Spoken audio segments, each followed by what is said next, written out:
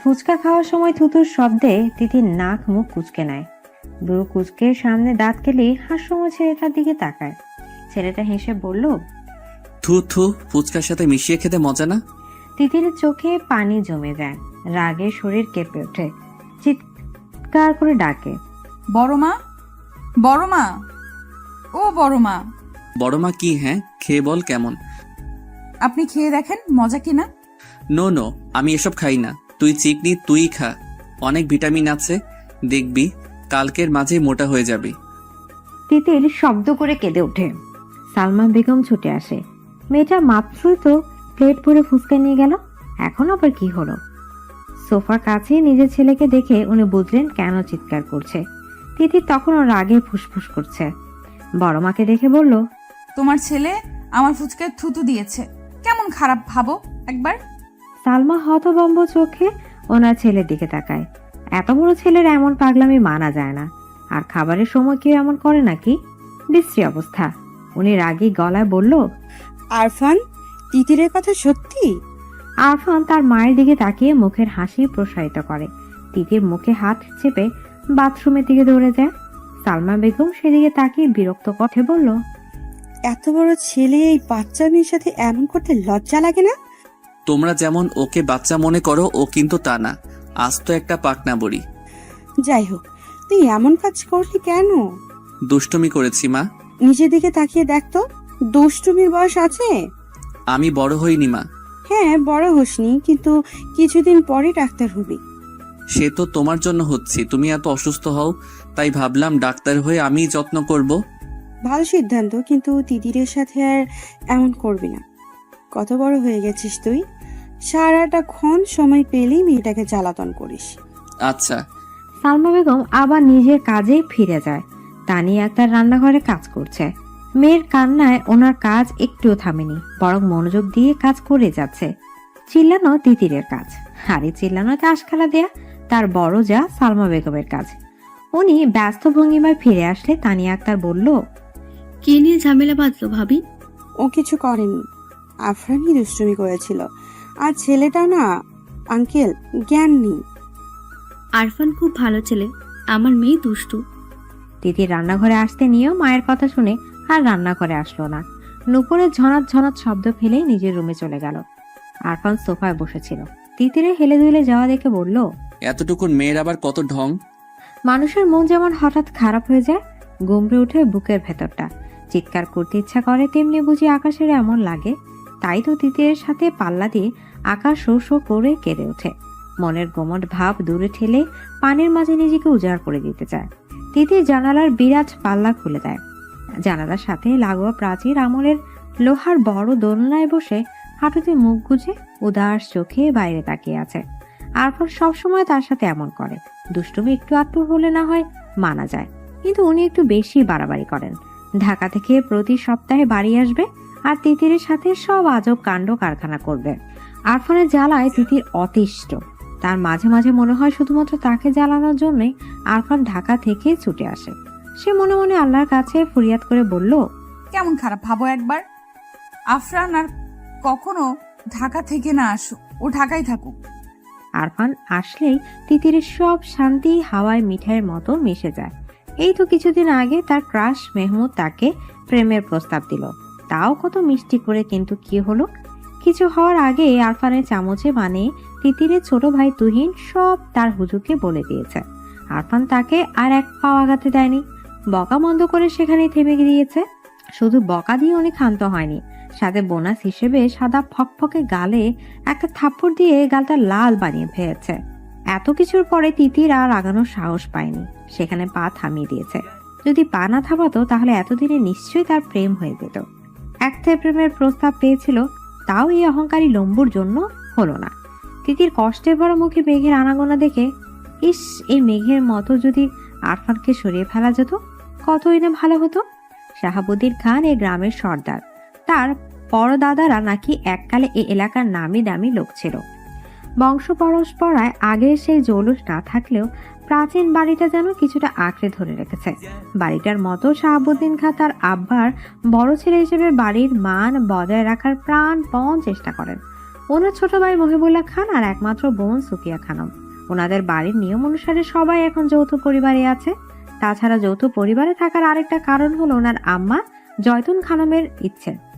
ওনার বয়স হলেও যেন গলার জোর কমেনি। 90 বছরের শক্ত সামর্থ্য শরীর নিয়ে বেশ হুঙ্কারের সহিত কথা বলতে পারে। তাদের আব্বা মারা যাওয়ার পরে জয়তুন বেগমকে সবাই বেশ মান্য করে চলে। শাহাবুদ্দিন খানের এক ছেলে 2 মেয়ে। ছেলের নাম আরফান খান, পড়ালেখা বেশ তুখোড় ছাত্র, আর কিছুদিন পরে ডাক্তার হয়ে বেরোবে। মেয়েটা এবার কলেজে উঠেছে, খুবই শান্ত আর ভাইয়ের মতো পড়ায় বেশ মনোযোগ। ছোট মেয়েটা সবে 5 বছর। মহিবুল্লার 1 মেয়ে 2 ছেলে। বড় ছেলের নাম মাহমুদ খান, সে ঢাকায় ইঞ্জিনিয়ারিং নিয়ে পড়ছে। মেয়ের নাম তিতির মেহবিন, সে কলেজে পড়ে। সবচেয়ে ছোট ছেলের নাম তুহিন খান। বড় বোন সুফিয়া খানমের স্বামী প্রবাসী, উনিও এ বাড়িতে থাকে। 1 ছেলে আর 1 মেয়েকে নিয়ে বাবার প্রাসাদের মতো বাড়িতে দিনকাল বেশ আরামে চলে যাচ্ছে। ছেলের নাম আরশ আর মেয়ের নাম নিনিয়া। ছেলে সিঙ্গাপুর থাকে, মেয়ে স্কুলে পড়ে। তিতির দোলনায় শুয়ে আছে, তখন তার ফুফুর মেয়ে নিনিয়া এসে বলল, আপু চলো, কোথায়? ফুচকার আয়োজন করা হয়েছে, নিচে বসার ঘরে সবাই অপেক্ষা করছে। ফুচকার আয়োজন কে করলো? আরফান ভাই। আমি খাবো না। ভাইয়া তোমাকে নিয়ে যেতে বলেছে। যাব না। এত সুন্দর একটা ছেলে তোমাকে যেতে বলেছে, তুমি গায়ে মাখছো না? না। আরে চলো। তুই জানিনি, আমাকে জ্বালাস না। কেউ জিজ্ঞেস করলে বলবি আমার শরীর ভালো না। নিনিয়া চলে গেলে তিতির আগের মতো সোজা হয়ে শুয়ে চোখ বন্ধ করে রাখে। তার জন্য যে ফুচকার আয়োজন তা আর কেউ না বুঝলেও তিতির বেশ বুঝতে পারছে। তখন এমন করার কি দরকার ছিল? আর এখনই বা এমন গোষ্ঠী শুদ্ধ মানুষকে খাওয়ানোর কি আছে? আরফান আসলেই আজব মানুষ, ওনাকে তিতির একটুও বুঝতে পারে না। বৃষ্টির মাঝে ঝাল ঝাল ফুচকা সবাই বেশ উপভোগ করে খেলো। হাবিবা বেগম তিতিরের রুমে ফুচকা রেখে গিয়েছে। তিতির জানালা দিয়ে বাইরে তাকিয়ে আছে। ফুচকা খেতে ইচ্ছা করছে, কিন্তু আরফানের উপর রাগ হচ্ছে বিধায় খাচ্ছে না। উনি পরে যদি আবার খোঁচা দিয়ে কথা বলে। আরফান কালো গেঞ্জি পরে ঘাসের উপর দাঁড়িয়ে আছে, খালি পায়ে ঘাস লেগে পায়ে সুসুরি লাগছে। পুরুষ মানুষ হয়েও তার প্রচন্ড সুসুরি। অঝোর ধারার বৃষ্টি তাকে ভিজিয়ে দিচ্ছে। তার চোখে দৃষ্টি দোতলায় কোনার রুমের দিকে স্থির। মেয়েটার এত অভিমান, তার উপর এত অভিমান করা মানায়? সে কি একটু বোঝে না, নাকি আরফান বোঝাতে অক্ষম? যদি কখনোই কিছু না বোঝাতে পারে তো? আরফানের বুকে ব্যথাটা লুটোপুটি খায়। নিজের দিকে তাকিয়ে তিতির চমকে যায়। আরফান বৃষ্টিতে ভিজছে, তাও ক্ষণে ক্ষণে তার রুমের দিকে তাকাচ্ছে। সে উঠে বসে, ইশারায় আরফানকে বুঝায় কি সমস্যা। আরফান হাসে, সুন্দরতম হাসি দিয়ে অবুঝ বালিকাকে ঘায়াল করতে চায়। কিন্তু মেয়েটা কিচ্ছু বোঝে না। সে কি আসলে অবুঝ, নাকি অবুঝ হওয়ার নাটক করে? তিতির আরফানের নাম্বারে ফোন দেয় আর আরফানকে হাত দিয়ে মোবাইলের ইশারা করে। আরফান বুঝতে পেরে সিঁড়িতে রাখা মোবাইলের দিকে এগিয়ে যায়। হ্যালো। আপনি ভিজতেছেন কেন? ইচ্ছে হলো। জ্বর আসবে। ডাক্তারদের জ্বর আসে না। কোথায় লেখা আছে? লেখা থাকতে হবে না, আমি বললেই গিনেস রেকর্ড হয়ে যাবে। কচু। ফুচকা খাসনি কেন? ভালো লাগেনি। অবুঝ বালিকা না বললেও আরফান ঠিকই বালিকার মনের সুপ্ত অভিমান বুঝে যায়। তাহলে আমার জ্বর আসুক, জ্বরে পড়ে আমি মরে যাই, তাহলে তোর শান্তি? আমার ফুচকা খাওয়ার সাথে আপনার মরা বাঁচার কি সম্পর্ক? তুই একটা বলদ, এত সব বুঝবি না। হুম। তাহলে আমার মরা কনফার্ম। আমি তো এমন কিছু বলিনি। বলা লাগবে না। তিতির সত্যি আরফানের এমন পাগলামো রাগা মাথায় কিছুই বুঝতে পারে না, কিন্তু এভাবে ভিজলে আসলে জ্বর আসবে। সে বলল, খাচ্ছি। আরফান কাপড়ে মোবাইল পেঁচিয়ে জানালার সামনে এসে দাঁড়ায়। তিতির ফুচকা খাচ্ছে। আরফান এক দৃষ্টিতে তিতিরের দিকে তাকিয়ে বলল, তুই কত মিষ্টি তা কি জানিন তিতির? মিষ্টি না ভাইয়া, ফুচকা অনেক ঝাল হয়েছে। আমি জানি না আমার কি হবে, আমি বোধহয় পাগল হয়ে যাব তিতির সোনা। বৃষ্টিতে তিতির কথাগুলো স্পষ্ট শুনল না, কিন্তু জানালা দিয়ে নিচে তাকে মিষ্টি করে একটি হাসি উপহার দিল। আরফান সেদিকে বিবশ চোখে তাকিয়ে থাকে। বুকের ভেতর অনুভূতিরা হুড়ুহুড়ি খায়। ইস, অনুভূতি এত ভয়ঙ্কর হতে পারে? বুকের যন্ত্রণা কি স্ট্রোকের সমস্যা, নাকি প্রেমের যন্ত্রণা? ইস, এই ব্যথার অবসান কোথায়? আরফানের বোন মারিয়া খুব ভালো ছাত্রী। মারিয়া আর তিতির একই ক্লাসে পড়ে, কিন্তু দুজনের চাল চলন পুরো উল্টো। মারিয়া আরফানের মতো মেধাবী, কিন্তু তিতির পুরো গাধা। তার মাথায় সে কিছুতেই লেখাপড়া ঢুকাতে পারে না। লেখাপড়া তার কাছে এত কঠিন লাগে, মনে হয় লেখাপড়া বাদ দিয়ে বিয়ে হয়ে যাওয়া অনেক ভালো। কিন্তু ভাগ্যক্রমে তার বিয়ের নামও তোলা হয় না। সে সে নাকি এখনো ছোট, কিন্তু তার ইচ্ছে করে বিয়ে করতে। সেটা কাকে বোঝাবে? সে একটু ছোট নেই, বেশ বড়ও হতে গিয়েছে। তিতিরের হাতে ধরে রাখা তথ্য যোগাযোগ প্রযুক্তি বই, ইন্টারনেটের বইটা তার কাছে এত কঠিন লাগে মনে হয় এটা বই না, স্বয়ং ডাকাতের আস্তানা। মাঝে মাঝে পড়তে গেলে তার কান্না চলে আসে। কেঁদে দুনিয়া ভাসিয়ে ফেলতে ইচ্ছা করে, কিন্তু সে কাঁদে না। তার আব্বা তাকে বলেছে খুব পড়াশোনা করতে, মারিয়ার মতো ভালো নাম্বার পাওয়াই চাই। ঘড়ির কাঁটা রাত 10টায় গিয়ে টিকটিক করছে। তিতিরের হাতে আইসিটি বই, একটা জায়গায় সে সমাধান করতে পারছে না, অথচ এই পড়াটা কালকেই ক্লাসে দিতে হবে। বই হাতে নিয়ে অলস ভঙ্গিমায় উঠে দাঁড়ায়, ধীর পায়ে মারিয়ার রুমের দিকে যায়। মারিয়া পড়ছে। তিতিরকে দেখে বলল, কি? তিতির মারিয়ার সামনে বই রেখে ধপাস করে বিছানায় শুয়ে পড়ে। ভীষণ ক্লান্ত গলায় বলল, পড়াটা বুঝিয়ে দে। মারিয়া তিতিরের দিকে তাকিয়ে আছে। তিতিরকে দেখে মনে হচ্ছে সে রাজ্যের ক্লান্ত, পড়ালেখা করে দুনিয়া উদ্ধার করে ফেলেছে। সে বইয়ের দিকে তাকিয়ে বলল, এটা আমিও পারি না। কি বলিস? তুই পারিস না? অবাক করা কথাবার্তা। মারিয়া পারে, কিন্তু তিতিরকে বোঝানোর ঝামেলা আপাতত মাথায় নিতে পারছে না। সে বলল, অবাক হওয়ার কথা হবে কেন? সব পারতে হবে এমন কোনো কথা আছে নাকি? তা ঠিক, কিন্তু কালকে এই পড়া না পারলে কপালে শনি আছে। আমি ক্লাসে গিয়ে শিখে নেব। তোর মাথা ভালো বোন, তুই পারবি। আমি আগে থেকে বুঝে মনে রাখতে পারি না, আর ক্লাসে দেখলে পারবো? অসম্ভব। বুঝলাম। এই বই বের করেছে কোন শালায়? কি আবল তাবল লেখা, অসহ্য। পড়া তো সহজে, তুই পারিস না তাই বল। আমি পারি, কিন্তু বইটাই আমাকে বোঝাতে পারে না। কি করি এখন? উপায় একটা আছে। কি উপায়? ভাইয়ের কাছে যা, এক তুড়িতে মাথায় প্যারাকের মতো বসিয়ে দেবে। অসম্ভব, তোর ভাই আস্ত খবিস, দেখলেই মারে। তোর ভাই এই মাসুম জানের ভয় আছে। আচ্ছা, তাহলে কালকে স্যারের মার খাবি। ভাইয়া মারলে কেউ দেখবে না, কিন্তু স্যার পুরো ক্লাসের সামনে ইজ্জত দফা রফা করে দেবে, সেটাই ভালো হবে। তিতির ভেবে দেখে কথা ঠিক। সে আলগোছে উঠে দাঁড়ায়, বই হাতে নিয়ে আস্তে আস্তে তাহসানের রুমের সামনে যায়।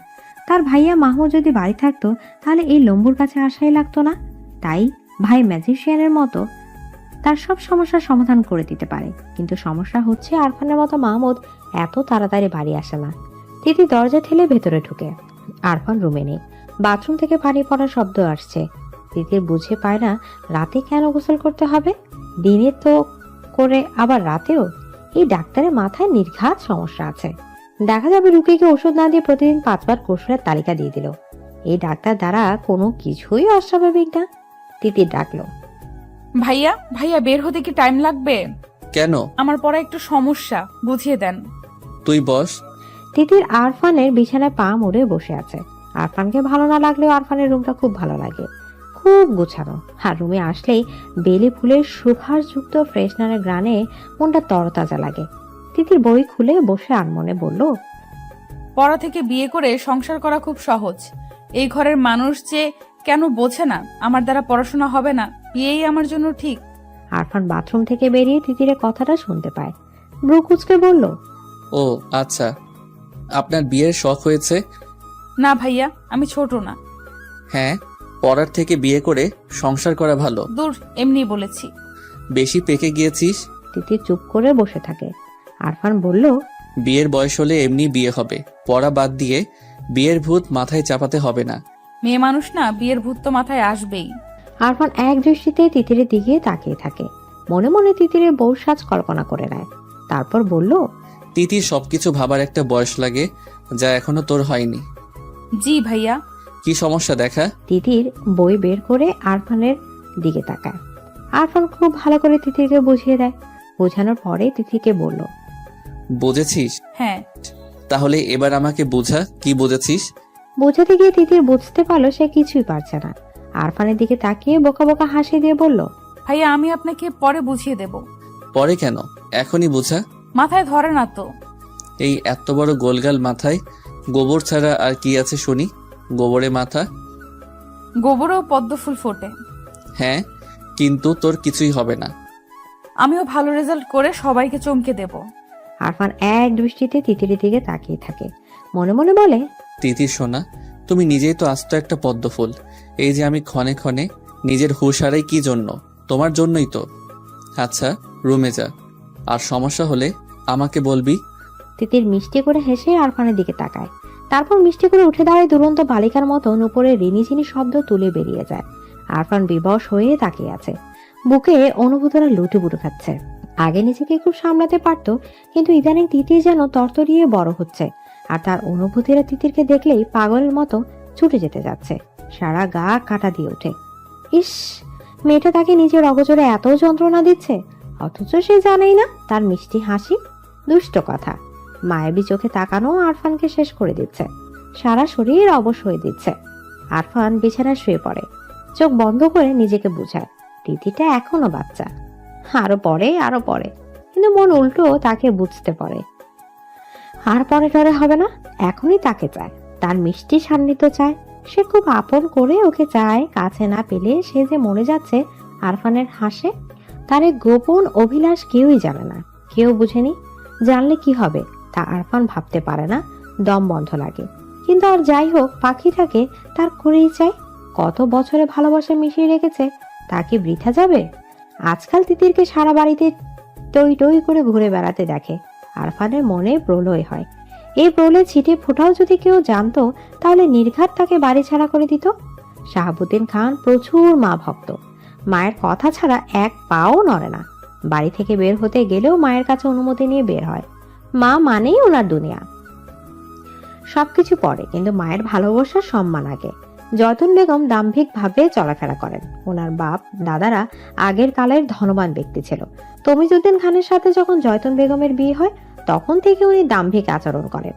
আগের কালে লেখাপড়া যারা মানুষ সবাই বেশ শ্রদ্ধা করে চলে। ওনার কথার বাহিরে আর কোনো কথাই হয় না, উনি যা বলবে তাই সঠিক। শাহাবুদ্দিন আর জয়তুন বেগম বসার ঘরে বসে কথা বলছিল, তখন আরফান তার রুম থেকে বেরিয়ে আসে। দাদির পাশে বসে চামড়া কুচ কানো গালে পরম স্নেহে আদর দিয়ে বলল, আমার সুন্দরী কেমন আছে? আমার ভালো থাকার খবর পরে নিস, আগে বল প্রতি সপ্তাহে কেন বাড়ি আসা লাগবে? বন্দির দিন পড়া যায় না, এমন ফাঁকিবাজি করলে ডাক্তার হবি কি করে? আরফান মুচকি হাসে, মনে মনে বলল, বাড়ি তো আর এমনি এমনি আসে না দাদি। বাড়ি যে আমার সুখ ভ্রমর আছে, যাকে একটু দেখলেই সারা সপ্তাহ মন দিয়ে পড়তে পারি।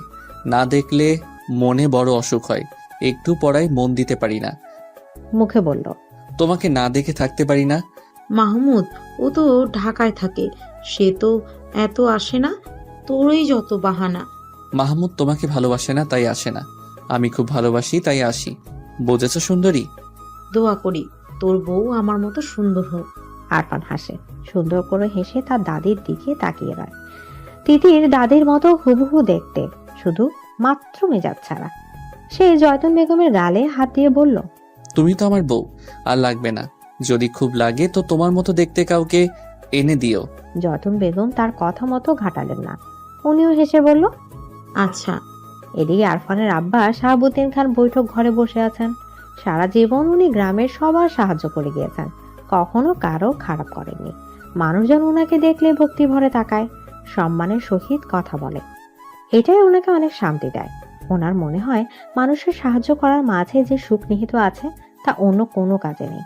তাই তো ব্যবসা বাণিজ্য সামলানোর পাশাপাশি সমানভাবে গ্রামের সবার ভালো মন্দ দেখেন। সাহায্য করা ওনাদের রক্তে মিশে আছে। আরফান ব্যাগ নিয়ে বেরিয়ে আসে। প্রত্যেক সপ্তাহে বাড়ি গিয়ে তার পড়ার আসলে সমস্যা হয়। রাজ্যকে পড়া শেষ করার লাগে, কিন্তু সেই বা কি করবে? মনকে তো বোঝাতে পারে না। মনটা আজকাল এত বেপরোয়া হয়ে গেছে যে আটকানো মুশকিল হয়ে যাচ্ছে। আরফান বাড়ি থেকে বেরোচ্ছে, কিন্তু কোথাও তিতিরে দেখা নেই। মেয়েটাকে না দেখেই চলে যাবে? আরফান বুক পিঞ্জিরায় কেমন তোর ব্যথা ব্যথা অনুভূতি হয়। সবার থেকে বিদায় নেওয়ার পরও সে বারবার পেছনে ফিরে তাকাচ্ছে। সেই তাকানোতে ছিল মরিয়া হয়ে কাউকে খুঁজে নেয়া। শাহাবুদ্দিন খান বৈঠক ঘর থেকে ছেলেকে লক্ষ্য করেন। বারবার পেছনে ফিরে তাকানোটা ওনার চোখে লাগে। ছেলে এমন করে বারবার তাকাচ্ছে কেন? উনি গলা জোর লাগিয়ে আরফানকে ডাকলেন। বাবার ডাক শুনে আরফান সেদিকে এগিয়ে যায়। শাহাবুদ্দিন খান ছেলের দিকে তাকিয়ে থাকে। ছেলেটা যেন হঠাৎ করে বড় হয়ে গেল। এই তো বছর কয়েক আগেও কাঁধ নিয়ে হেঁটেছেন, অথচ এখন বসে দু কথা বলা হয় না। ছেলে মেয়ে বড় হবার সাথে সাথে কি বাবা মায়ের সাথে দূরত্ব বেড়ে যায়? শাহাবুদ্দিন অবশ্য ছেলের সাথে মিশার সর্বাত্মক চেষ্টা করেন। আরফান কাছে আসলে উনি বলল, তোমার লেখাপড়া কেমন চলছে আব্বু? ভালো। প্রতি সপ্তাহে বাড়িতে আসার কারণ কি? বাবার থেকে পাওয়া এমন প্রশ্নে আরফান থমকে যায়, জুৎসুর উত্তর দিতে ভুলে যায়। মিথ্যা সাজিয়ে বলল, বাড়িতে আসলে ভালো লাগে, মন ফ্রেশ থাকে। বাড়িতে আসার চেয়ে লেখাপড়ায় মনোযোগ দেওয়া বেশি জরুরি না? জি। আমি চাই তুমি ভালো ডাক্তার হও আর আমাদের গ্রামের হসপিটালে বসো। জি বাবা। আচ্ছা যাও, বাড়িতে কম আসলেই ভালো হবে। আরফান হেঁটে বাগান পেরিয়ে যায়। গেটের কাছে গিয়ে চোখ পাকিয়ে নিনিয়ার দিকে তাকায়। সে আসলে এই মেয়েকে বুঝতে পারে না। আজব এক মেয়ে, এত ছোট অথচ আরফানের ধারণা এই মেয়ের হাড়ে হাড়ে শয়তানি। এই যে এখন পথে দাঁড়িয়ে হাসি মুখে তার জন্য দাঁড়িয়ে আছে, এসব কেন করে? আরফান বেশ বুঝে, নিজে যেমন আরেকজনের জন্য চাতক পাখির মতো অপেক্ষা করে থাকে, তাকে দেখার জন্য ব্যাকুল হয় নিনিয়ার মাঝে। সে এসব দেখতে পায়। আরফান বিরক্ত, দাদির আদরে নাতনি বলে কিছু বলতেও পারে না। সে হেঁটে চলে যায়। নিনিও তার পায়ের সাথে পা মিলিয়ে হাঁটে। আরফান না বুঝার ভান করে বলল, কই যাবি? কোথাও না। বাড়ি যা। নিনিয়া হেসে চলে যায়। মন মনে ভাবে ভবিষ্যতে আরফানই তার হাজবেন্ড হবে। এখন পাত্তা না দিয়ে লাভ নাই। সুফিয়া খানম সারা জীবন আরাম আয়েশ করে দিন পার করে দিয়েছে। বিয়ের পরে কখনো স্বামীর বাড়িতে গিয়ে থাকেননি। বাবার বাড়িতে রাজ রানীর মতো জীবন কাটিয়েছে। তার মায়ের ওপর কথা বলার সাধ্যি কারণে উনি যেমন বলবে তেমন হবে। দুই ভাইয়ের বউ কখনো শাশুড়ির উপরে কথা বলে না। বড় বোন হিসেবে দুই ভাই আর ভাইয়ের বউরা বেশ মান্য করে চলে।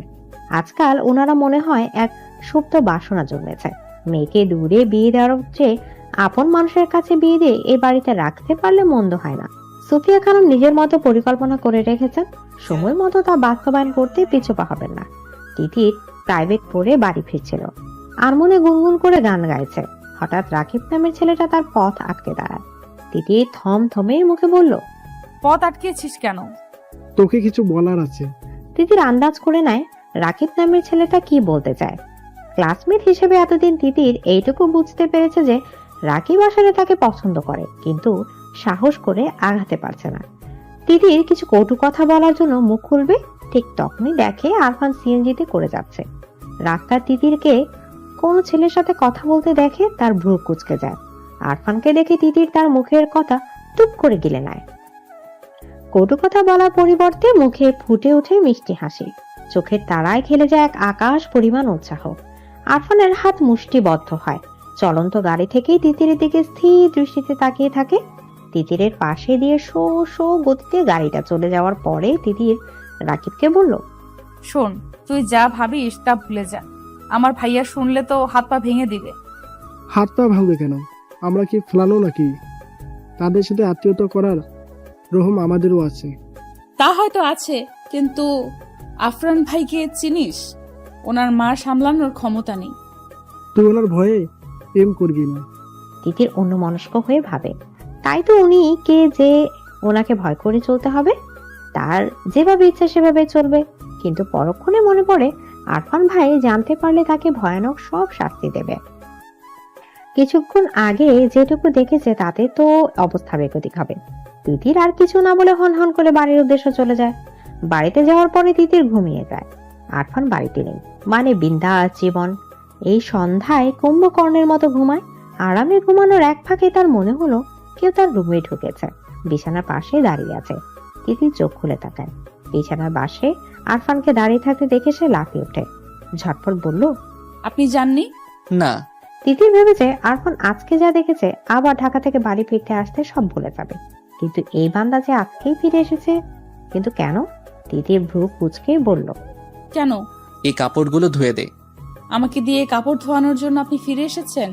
ধুয়ে দিবি কিনা বল। না, জীবনেও না। আমি কি আপনার চাকর নাকি? না, তুই আমার চাকর না, কিন্তু না ধুলে চাচুর কাছে এমন প্যাচ লাগাবো যে বাড়ি থেকে বেরোনো বন্ধ হয়ে যাবে।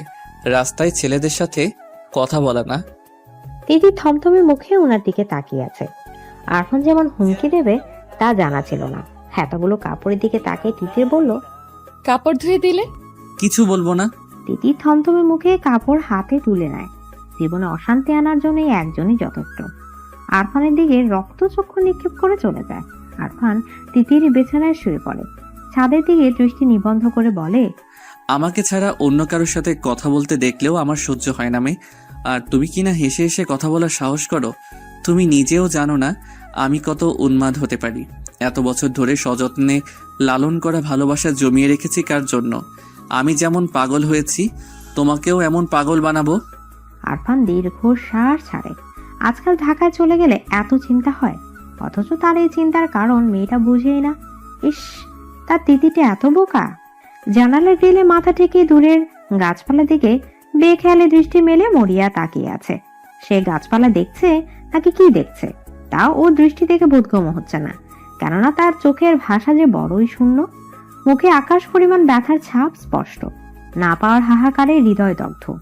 দুটো হলুদ পাখি একটা ডালে বসে আছে। একটা পাখি আরেকটা পাখির কাছে ঠোঁট নিয়ে কিচির মিচির করাতে পাখিটা উড়ে যায়, সাথের পাখিটাও পিছু পিছু যায়। এই দৃশ্যটা দেখে মরিয়া দীর্ঘশ্বাস ফেলে। পাখিটা তো তার ডানার সাহায্যে উঠতে যেতে পারলো, কিন্তু সে উঠবে কিভাবে? তার যে যোগাযোগের সব রাস্তাই বন্ধ। এই যে কোনো কথা না, যোগাযোগ না, একলা একা দিন কাটাচ্ছে। তার কেমন লাগে তা কি নিষ্ঠুর মনে পুরুষ জানে? সবার কাছে শান্তবাদী পাওয়া মেয়েটা দরজা আটকে মুখে হাত চেপে কাঁদে। এর অবসান কোথায় তা কি মাহমুদ জানে?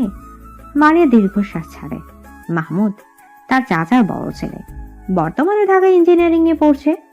মারিয়া ছোটবেলায় মাহমুদকে আরফানের মতোই ভাই হিসেবে মানত, কিন্তু বড় হওয়ার পর বুঝতে পারে সে মাহমুদকে ভাই হিসেবে মানতেই পারছে না। মাহমুদকে ঘিরে হাজারো স্বপ্ন মনের গোপন কুঠুরিতে ডানা ঝাপটায়। মাহমুদকে দেখলে ঘুমিয়ে থাকা মনের রঙিন প্রজাপতির ঝাঁক উড়াউড়ি করে। আশেপাশে থাকলে অসহ্য সুখে পাগল পাগল লাগে। ভীষণ ভয়ঙ্কর বেপরোয়া ইচ্ছায় হৃদয় ক্ষণে ক্ষণে কেঁপে ওঠে। একসময় মারিয়া আবিষ্কার করে সে প্রেমে পড়েছে। হাত পা ভেঙে যাচ্ছে তাই ভাবে মাহমুদকে নিজের মনের সবটা দিয়ে ফেলেছে। মাহমুদকে ভেবে দিন রাত কাটাচ্ছে। মাহমুদ বিচক্ষণ ছেলে। মারিয়ার তাকানো কথাবার্তা অতিরিক্ত খেয়াল রাখা দেখলেই মুচকি হাসি আর কানে কানে বলে যায় ভীষণ ভুলের ইঙ্গিত। মাহমুদ মাথা নাড়ে। অবুঝের মতো কাজ করা যাবে না। মারিয়া তার বোন, সে মারিয়াকে ডেকে পাঠায়। ঘন কালো মেঘের গুরুম গুরুম ডাকের মাঝে বিশাল ছাদের এক কোনায় মারিয়া মাহমুদের সামনে দাঁড়িয়ে আছে। মারিয়া শতভাগ নিশ্চিত যে মাহমুদ তাকে জরুরি কিছু বলবে। মাহমুদ তাকে জরুরি কথাই বলেছে। এসব আবল তাবলি চিন্তা মাথা থেকে সরাতে বলেছে। সে তার সবটা চেষ্টা কাজে লাগিয়ে মারিয়াকে বুঝাতে পেরেছে। মারিয়া বুঝেছে কিনা কে জানে, কিন্তু এরপর তাকে মাহমুদ বাড়ি আসলে সে সামনে যেত না। গভীর রাতে সবাই যখন ঘুমে মগ্ন তখন পা টিপে টিপে মাহমুদের রুমে হাজির হতো। ভীষণ যত্ন নিয়ে ছুঁয়ে দিত মাহমুদের চুল। মুগ্ধ হয়ে তাকিয়ে থাকতো ঘুমে মগ্ন মানুষটার দিকে। আদর নিয়ে যত্ন নিয়ে মাহমুদের প্রতিটা জিনিস ছুঁয়ে দিত। মাহমুদ বাড়ি গেলেই মারিয়া এমন করত যেন তার অভ্যাসে পরিণত হয়েছে। কিন্তু একদিন মাহমুদের গেঞ্জি গালে লাগিয়ে চুপচাপ দাঁড়িয়েছিল। তখন পেছন থেকে শুনতে পায় মাহমুদ বলছে, আর কখন আমার রুমে আসবে না মারিয়া? মারিয়া জমে দেয়। রাগে মাহমুদের গমগম কণ্ঠে আর আত্মা কেঁপে ওঠে। কাপা গলা বলল, আমি তো আপনাকে জ্বালাই না। মাহমুদ উঠে আসে। মারিয়া থেকে যথেষ্ট দূরত্ব রেখে দাঁড়ায়। আমি বলেছি আসবে না, সুতরাং আসবে না। মারিয়া কিছু বলতে যাবে তার আগে মাহমুদ চাপা হুঙ্কার দিয়ে বলল, বেরিয়ে যাও বেয়াদব মেয়ে। সেই যে বেরিয়ে গেল। আজ অবধি মারিয়া আর ওই রুমে যেতেই পারেনি। যাবে কিভাবে? মাহমুদ তো বাড়িই আসে না, আর রুম সবসময় তালাবদ্ধ থাকে। মাহমুদ যে মারিয়ার কারণে বাড়ি আসে না তা সে জানে। অতীতের স্মৃতি বিচরণ করে মারিয়ার চোখ বেয়ে পানির ধারা দূরত্ব গতিতে ছুটে যায়। আজকে সে নিজেকে একটু আটকাতে পারছে না। মোবাইল হাতে নিয়ে মাহমুদকে ফোন দেয়। এমন কোনো দিন নেই সে মাহমুদকে ফোন দেয় না, কিন্তু সবসময় বন্ধ করে রাখে। আজকে ভাগ্য তার সহায় ছিল বলেই হয়তো খোলা পেল। মাহমুদ গম্ভীর গলায় বলল, হ্যালো। মারিয়া মনোযোগ দিয়ে মাহমুদের কণ্ঠের কথাগুলো নিজের বুক পিঞ্জিরায় গেঁথে নিল। ওনার কণ্ঠ শুনে তার গলায় কান্নারা দল বেঁধে ছুটে আসে। উনি তাকে আহ্লাদে কিছু বলেনি যে এত আবেগী হয়ে মন খুলে কাঁদতে হবে, কিন্তু মারিয়ার ভীষণ কান্না পেল। বুকে জমিয়ে রাখা সবগুলো কষ্টদলা পাখি বেরোতে লাগলো। মাহমুদ বিরক্ত হয়ে বলল, ফ্যাসফ্যাস করছো কেন? আপনি বাড়ি আসেন না কেন? তা তুমি ভালো জানো। প্লিজ বাড়ি আসেন। তোমার মাথা থেকে ফালতু ভাবনাগুলো তখনই আসবো। পারছি না তো, ভীষণ কষ্ট হয়। পারবে, মানুষ প্রাণ এমন কিছু এই পৃথিবীতে নেই। সম্ভব না, আপনাকে এত ভালোবাসি যে। মারিয়ার কথা অসম্পূর্ণ থাকতে মোবাইলের সংযোগ বিচ্ছিন্ন হয়। সংযোগ বিচ্ছিন্ন হওয়ার টুটটুট আওয়াজের সাথে মারিয়ার বুকটাও ভেঙে যায়। তিতির আজকাল খেয়াল করেছে আরফান তাকে বেশ গুরুত্ব দেয়। পরিবারের সবার সামনে কোনো আবদার রাখলে কেউ যদি না মানে তো আরফান কিভাবে যেন সবাইকে রাজি করায়, অথচ মুখে মুখে সারাক্ষণ তিতিরের সাথে রাগ দেখায়। আজকাল আরফানের তাকানোতে তিতিরের বুক রাগ লাগে। সব ছেলে কি এমন করে তাকায়, নাকি একমাত্র আরফানই তার দিকে এমন মায়া ভরা চোখে তাকায়? কলেজে যাওয়ার পর বান্ধবীরা আরফানের ফোন নাম্বারের জন্য ধরেছে। যেভাবেই হোক আরফানের সাথে কথা বলাতেই হবে। তিতির বলল, উনি এত রাগী, ওনার সাথে কথা বলে কি করবি? রাগী? তাতে কি, তুই জানিস না রাগী ছেলেরাই বউদের বেশি ভালোবাসে। আমার সাথে সেট করাই দে দোস্ত, আমি শুধু ওনাকেই চাই। সাইমা কথাগুলো স্বাভাবিক হলো কেন জানি তিতিরের গায়ে আগুন ধরে যায়। রাগী গলায় বলল, তুই কেন বউ হতে যাবি? সর সামনে থেকে। আরে চাতস কেন? বউ হলে ক্ষতি কি? না, তুই বউ হতে পারবি না। তাহলে কে বউ হবে? তুই? তিতির থমকে যায়। মনের আকাশে কল্পনা করে নেয় সে তিতিরের বউ। তারপর এক ছটকায় মাথা নেড়ে বলল, অসম্ভব। সারাদিন তোর পিছনে ঘুরে আমার মনে হয় চান্দু তোর জালেই ফাইসা গেছে। তিতির কখনো এসব ভাবেনি। সে ভাবাচাকা খেয়ে বলল, কি বলিস? তুই খেয়াল করিস না? সে আমার ভাই। হ্যাঁ, চাচাতো ভাই। কিন্তু ভাই তো। সমস্যা নেই, এই ভাই থেকে সাই বানাবো, বুঝলি? No problem. তিতির আর কোনো কথা বলেনি, চুপচাপ কলেজ শেষ করে বাড়ি এসেছে। মারিয়া হাজারটা কথা বলেও মুখ দিয়ে কোনো কথা বের করতে পারেনি। তিতির সারাক্ষণ এগুলো ভাবছে, আর কেমন একটা অস্বস্তি কাটার মতো গলায় আটকে আছে। আজকে প্রায় 20 দিন হতে চলল আরফান বাড়ি আসেনি। আজকে এসেছে। তিতির ভাবনার ডানা রং লাগাতেই বুঝি আজকে মহারাজার বাড়িতে আসা। অতি সাহস নিয়ে তিতির আরফানের রুমের সামনে যায়, কিন্তু আরফান রুমে নেই। রুমে না পেয়ে বাহিরে বাগানে যায়। সেখানে আরফান সবার সাথে বসে আছে। তিতিরকে দেখে আরফান নড়ে চড়ে বসে। তিতির অন্যদিনের মতো মোটেও হইচই করছে না, বরং শান্ত হয়ে বসে আছে। বারবার আরফানের দিকে তাকাচ্ছে। আরফানের চোখে দৃষ্টির মাঝে যেন হাজারো কাব্য ফুটে আছে, কিন্তু এসব তিতিরের বোধগম্য হচ্ছে না। সে সবার সাথে কথা বললেও চোখ কেবলমাত্র তিতিরের উপরেই নিবিদ্ধ। তিতির সবার দিকে তাকানোর পাশাপাশি আরফানের দিকেও তাকাচ্ছে। তারপর তিতিরের দম আটকে আসে। বুকের ভেতর ফুসফুস তার শ্বাসকার্য থামিয়ে দিতে চায়। অজানা আতঙ্কে ধরফর করে ওঠে বুকের পাখি। সে যা ভাবছে আসলে কি তাই, নাকি সবটাই ভ্রম? সে বেখেয়ালে মাথা নেড়ে বলল, অসম্ভব। মাঝরাত। আরফান বারান্দা দাঁড়িয়ে আছে। পাশের রুমে তার প্রাণ ভোমরা ঘুমিয়ে আছে। আরফানের পরিণত বয়স, মাথায় হাজার উল্টা পাল্টা চিন্তা ঘুনে পোকার মতো কিলবিল করছে। আরফান দীর্ঘশ্বাস ফেলে। তার ইচ্ছেগুলো বড়ই অবাধ্য। আজকাল লাগামহীন ঘোড়ার মতো বেসামাল ভাবে ছুটে যায়। সে ডাক্তারি পড়ছে। সাথের মেয়ে সহপাঠীগুলো দেখতে খুব সুন্দর। মাঝে মাঝে কয়েকজন তাকে ভালোবাসার জালে আটকানোর চেষ্টা করে। তার সাথে ঘনিষ্ঠ মুহূর্ত কাটাতে চায়, কিন্তু এত সৌন্দর্য কাছে টানার হাজারো আগতি দূরে ঠেলে দেয় শুধুমাত্র এই মেয়েটার জন্য। ছোটবেলা থেকে তিতিরকে কেমন আপন লাগতো নিজের মনে হতো। তখন ব্যাপারটা স্বাভাবিক লাগলেও একটুখানি বড় হওয়ার পরে সে বুঝতে পারে এটা মোটেও স্বাভাবিক ব্যাপার না। সে আসলে এই পিচ্চির প্রেমে পড়ে গেছে।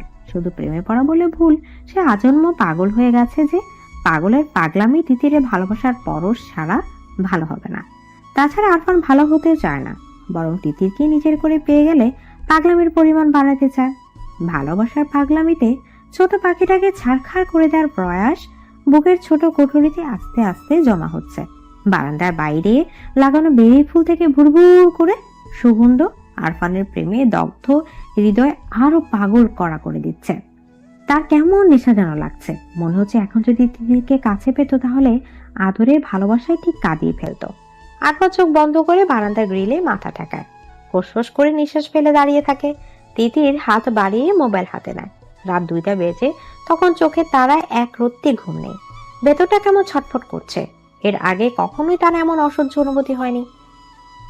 সবসময় নিশ্চিত মনে ঘুমাতে পেরেছে, কিন্তু আজকের রাতটা সম্পূর্ণ ভিন্ন। এতদিন কোনো হাবার জগতে বাস করতো, ভাবতে কেমন জানি লাগছে। আরফানের শাসন, বকা, অকরণে কথা কাটাকাটি, লুকিয়ে চুরিয়ে দেখা, এসব সে কখনোই খেয়াল করেনি, কিংবা খেয়াল করা কোনো কারণই খুঁজে পায়নি। কিন্তু আজকে বেখেয়ালে তার প্রতি আরফানের নরম অনুভূতি দেখে তিতিরের ছোট হৃদয়ে পাহাড়ের 1000 মিটার উচ্চতায় টাঙানো দোলনার মতো হু হু করে দুলে ওঠে।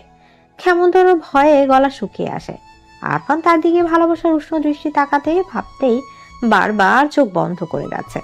এটা কি লজ্জা, নাকি ভয়, নাকি সংশয়, তা সে জানে না। শুধুমাত্র এটা জানে এখন তাকে আরফানের থেকে লুকিয়ে বাঁচতে হবে।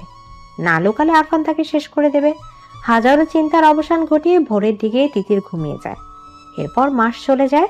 আরফান বাড়ি আসলে তিতির আরফানের সামনে যায় না, এক প্রকার লুকিয়ে বাঁচে। যদি সামনে পড়ে যায় আস্তে করে পাশ কাটিয়ে চলে যায়। তিতিরের উপেক্ষা আরফানের চোখে লাগে।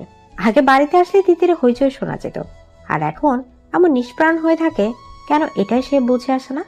মেয়েটার হঠাৎ এই পরিবর্তন বাড়ির সবাই যেন দেখছেই না। আরফানের মনে হয় তিতির সবাইকে না, বরং শুধুমাত্র তাকে উপেক্ষা করছে। হ্যাঁ, তিতিরের এমন ব্যবহার তাকে মানসিক অশান্তি দিচ্ছে। বাড়িতে যে সুখটুকুর জন্য আসা হতো তা যেন দুঃখে রূপে প্রকাশ পাচ্ছে। রাতের খাবার খাওয়ার জন্য সবাই যখন টেবিলে বসেছে তখন তিতির চুপচাপ নিজের খাবার গলাধিকরণ করতে ব্যস্ত। পাশের একজোড়া গাঢ় চোখ যে তাকিয়ে দেখছে সেই ব্যাপারে অজ্ঞ হলেও না বোঝার ভান করে জলদি নিজের খাবার খেয়ে যাচ্ছে, যেন টেবিল থেকে যেতে পারলেই সে বাঁচে। আরফান আর চোখে সবটাই পর্যবেক্ষণ করে ভয় নিশানা খামচে ধরে করে যায়। তার হওয়া পাখি কি অন্য কেউ দখল করে নিল? তা না হলে একটা মেয়ে এত দ্রুত কিভাবে পাল্টে যাবে? সে শুনেছে মেয়েরা প্রেমে পড়লে নাকি পরিবারকে সময় দিতে চায় না, সারাদিন বদ্ধ রুমে থাকতে পছন্দ করে। সবাই খাবার খেয়ে যে যার রুমে চলে যাওয়ার পর আরফান ছাড়ে যায়। মোবাইল বের করে তিতিরকে ফোন দেয়। আজকে এর সমাধান বের করবেই। তাকে এত উপেক্ষা কেন? মেয়েটাকে তাকে বাঁচতে দেবে না? এভাবে কি বাঁচা যায় নাকি? আজকে এর একটা ভিত করতেই হবে। আরফানের ফোন পেয়ে তিতিরের শ্বাস বন্ধ হয়ে যায়। গত 1 মাস ধরে মনের গোপন ঘরে জন্ম হওয়া ভাবনাটা বেশ যাচাই বাছাই করা হয়েছে, কিন্তু প্রতিবারই পজিটিভ রিভিউ পেয়ে ভয়ে আরো কুকড়ে গিয়েছে। আবার নিজেকে এটাও বুঝিয়েছে যে সব মনের ভুল। চাচাতো ভাই বোন হয়, তারা তাকাতেই পারে, এতে ক্ষতি কি? হয়তো তার আবেগ প্রবণ মন বেশি চিন্তা করে ফেলেছে। 1 মাস যাবৎ সে আরফানকে উপেক্ষা করেছে, যদিও আরফান মুখে কিছু বলেনি, কিন্তু তার সুচালো দৃষ্টি তিতি ঠিকই দেখেছে। তারপর সে আগের মতো স্বাভাবিক হতে পারেনি। আরফানের কথা ভাবতে ভাবতে তিতিরের মনেও হাজারো দুষ্ট চিন্তা এলোমেলো ঘুরে যায়। লজ্জায় কাঁপিয়ে দিয়ে যায় তিতিরের ছোট দেহ। তিতির আবারও ফোনের মৃদু রিনিঝিনি শব্দে চমকে ওঠে। আরফান এনে 15 বার ফোন দিল, কিন্তু একটা বারও তিতির ফোন ওঠায়নি। সে ফোন যেমন উঠাবে না, তেমন আরফানও যেন ফোন দেওয়া বন্ধ করবে না। অগত্যা নিরুপায় হয়ে তিতির ফোনটা রিসিভ করে তার কানের সাথে লাগিয়ে নেয়। উপাস থেকে ঘন গলায় এক পুরুষালী কণ্ঠ কেমন মায়াময় আবেগ মিশিয়ে ডাকে, তিতির। আরফানের এমন নেশামাখা ঘন গলার স্বর তিতিরের আগে কখনো শোনার ভাগ্য হয়নি, অথবা এমন করে শোনেনি। আজকে আরফানের গলার স্বর শুনে তিতির কেমন কেঁপে ওঠে। বুকের হৃৎপিণ্ড ধিমধিম করে তার গতিবেগ বাড়িয়ে দেয়। মুহূর্তে গলার থেকে বুড়োর মুখ শুকিয়ে কাঠ হয়ে যায়। কথা বলার সর্বশক্তি যেন নিমেষে উধাও হয়ে যায়। আচ্ছা, সে কি ডাক্তারের প্রেমে পড়ে যাচ্ছে? নিজের আবোল তাবোল চিন্তায় নিজেই মূর্ছা যায়। হুঁশ ফিরে আরফানের কথায়, আমার কথা শুনতে পাচ্ছিস? হ্যালো তিতির। জি ভাইয়া বলুন। কি করছিস? পড়ছি। এত রাতে পড়ছিস? সামনে পরীক্ষা তো, তাই। ভালো মেয়ে হয়ে গেছিস। আরফানের কথায় তিতির কি প্রতি উত্তর দেবে ভেবে পেল না। সে বলল, হ্যাঁ আচ্ছা তাহলে রাখি। না, ছাদে আয় তো। এত রাতে? হ্যাঁ, কোনো সমস্যা? আগেও অনেকবার সে আরফানের সাথে ছাদে দুষ্টুমি করেছে, কিন্তু আগের অনুভূতি আর এখনো অনুভূতি সে সম্পূর্ণ ভিন্ন। সে বলল, সকালে দেখা করব। তাহলে আমি তো রুমে আসি। না না। তাড়াতাড়ি আয় তিতির। কেন ভাইয়া? আমি খুব অসুস্থ, তাই। তাহলে কি বড় মাকে জাগাবো? তোকে এত পাকরামি করতে বলেছে কে? তুই আয় কুইক। তিতির কিছু বলার আগে ফোনের সংযোগ বিচ্ছিন্ন হয়। তিতি ধীর পায়ে ছাদের দিকে যায়। সিঁড়িকোঠে জ্বালানো ছোট লাইটের আলো ছাদের নিকষ কালো অন্ধকার দূর করে দিয়েছে। সে আলোয় তিতির ছাদের এক কোণে আরফানকে আবিষ্কার করে। আলতো পায়ে এগিয়ে যায় সেদিকে। তিতিরের উপস্থিত টের পেয়ে আরফান তিতিরের দিকে ফিরে তাকায়। নিশ্চুপ হয়ে কিছুক্ষণ সামনে দাঁড়ানো রমণীকে পর্যবেক্ষণ করে। আরফানকে কিছু না বলে এমন করে তাকিয়ে থাকে দেখে তিতির হাফ সাফ করে ওঠে। তিতিরের অস্বস্তি বুঝতে পেরে আরফান অন্যদিকে তাকায়, তারপর বলল, কেমন আছিস? এক বাড়িতে থেকে এমন প্রশ্নে তিতির চমকায়। মাথা নাড়িয়ে আলতো স্বরে বলল, ভালো। আরফানের মনে হলো এবার অনুভূতি প্রকাশের সময় এসেছে। আর কত এই পাথরের মতো গভীর ভালোবাসা একা একাই বই বেড়াবে? সে সোজা সাপটা প্রশ্ন করলো, এমন ব্যবহার করার মানে কি? তিতির যা ভয় পাচ্ছিল ঠিক তাই। আরফান আর ভাবনা অনুযায়ী এগোচ্ছে। সে না বোঝার ভান করে বলল, কি ব্যবহার? আরফান অন্ধকার থেকে চোখ সরিয়ে তিতিরের দিকে তাকায়। তাকে তাকাতে দেখে তিতির অন্যদিকে তাকিয়ে নেয়। তুই বুঝিস না? কি বুঝবো? আমাকে এমন এড়িয়ে যাচ্ছিস কেন? কই এড়িয়ে যাচ্ছি? যাচ্ছিস না? না। আমার দিকে তাকিয়ে বল। তিতির আরফানের দিকে তাকায়। মায়াময় গভীর চোখের দৃষ্টি তাকে ঘুরে নিয়ে যাচ্ছে। সে বলল, কি বলবো? আমাকে উপেক্ষা কেন? এমনি। ঢাকা থেকে এত জার্নি করে এই উপেক্ষার জন্য আসি? কেন আসেন? কেন আসি তুই বুঝিস না?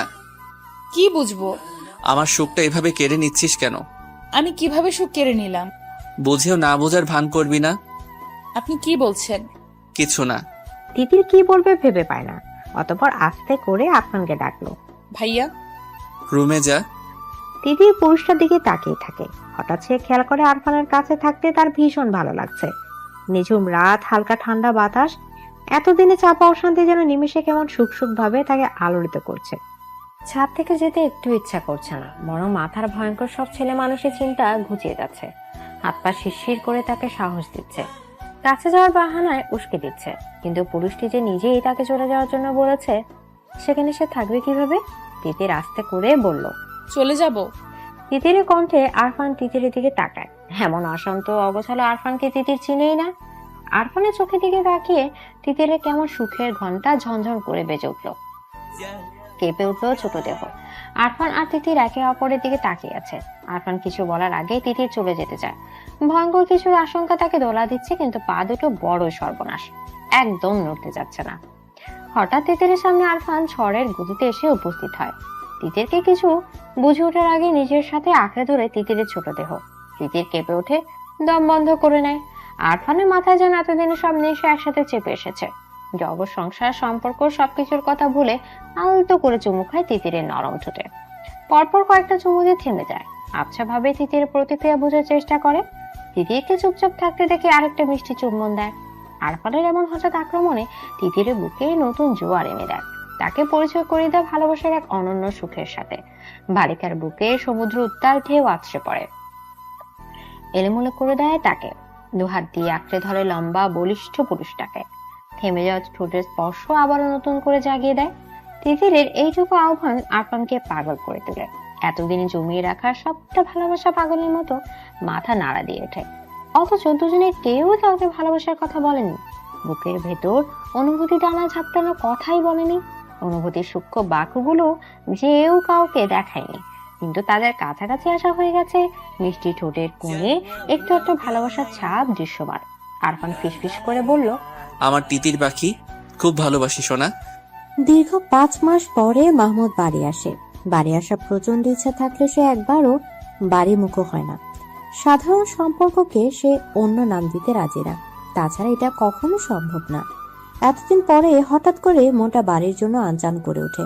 এদিকে পড়ালেখাও প্রায় শেষ, তাই তো কাউকে কিছু না জানিয়ে রাতের বাসে করে সকালে এসে বাড়িতে পৌঁছায়। মহিবুল্লাহ খান ছেলেকে পেয়ে খুব খুশি হয়ে যায়। শুধু মহিবুল্লাহ, কোনো বাড়ির প্রত্যেকে খুশি না। বাড়ির বড় সন্তান শাহাবুদ্দিন খান হলেও ওনার ছেলে আরফান জন্ম নেওয়ার আগেই মহিবুল্লাহর ছেলে মাহমুদ জন্মগ্রহণ করেছে। সুতরাং প্রথম বাচ্চা হিসেবে মাহমুদই সবারই প্রিয়।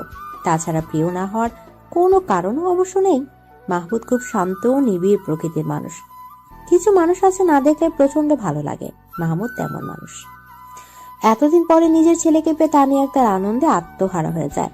সেই যে আসার পরে ছেলেকে আঁকড়ে ধরেছে, এখন এভাবে আছে। খুশিতে চোখে পানি চলে আসার উপক্রম। তানিয়ার এমন আহ্লাদীপনায় ওনার শাশুড়ি জয়তুন বেগম বিরক্ত হন। কই, উনিও তো মাহমুদকে ভালোবাসেন, এমন তো করেন না।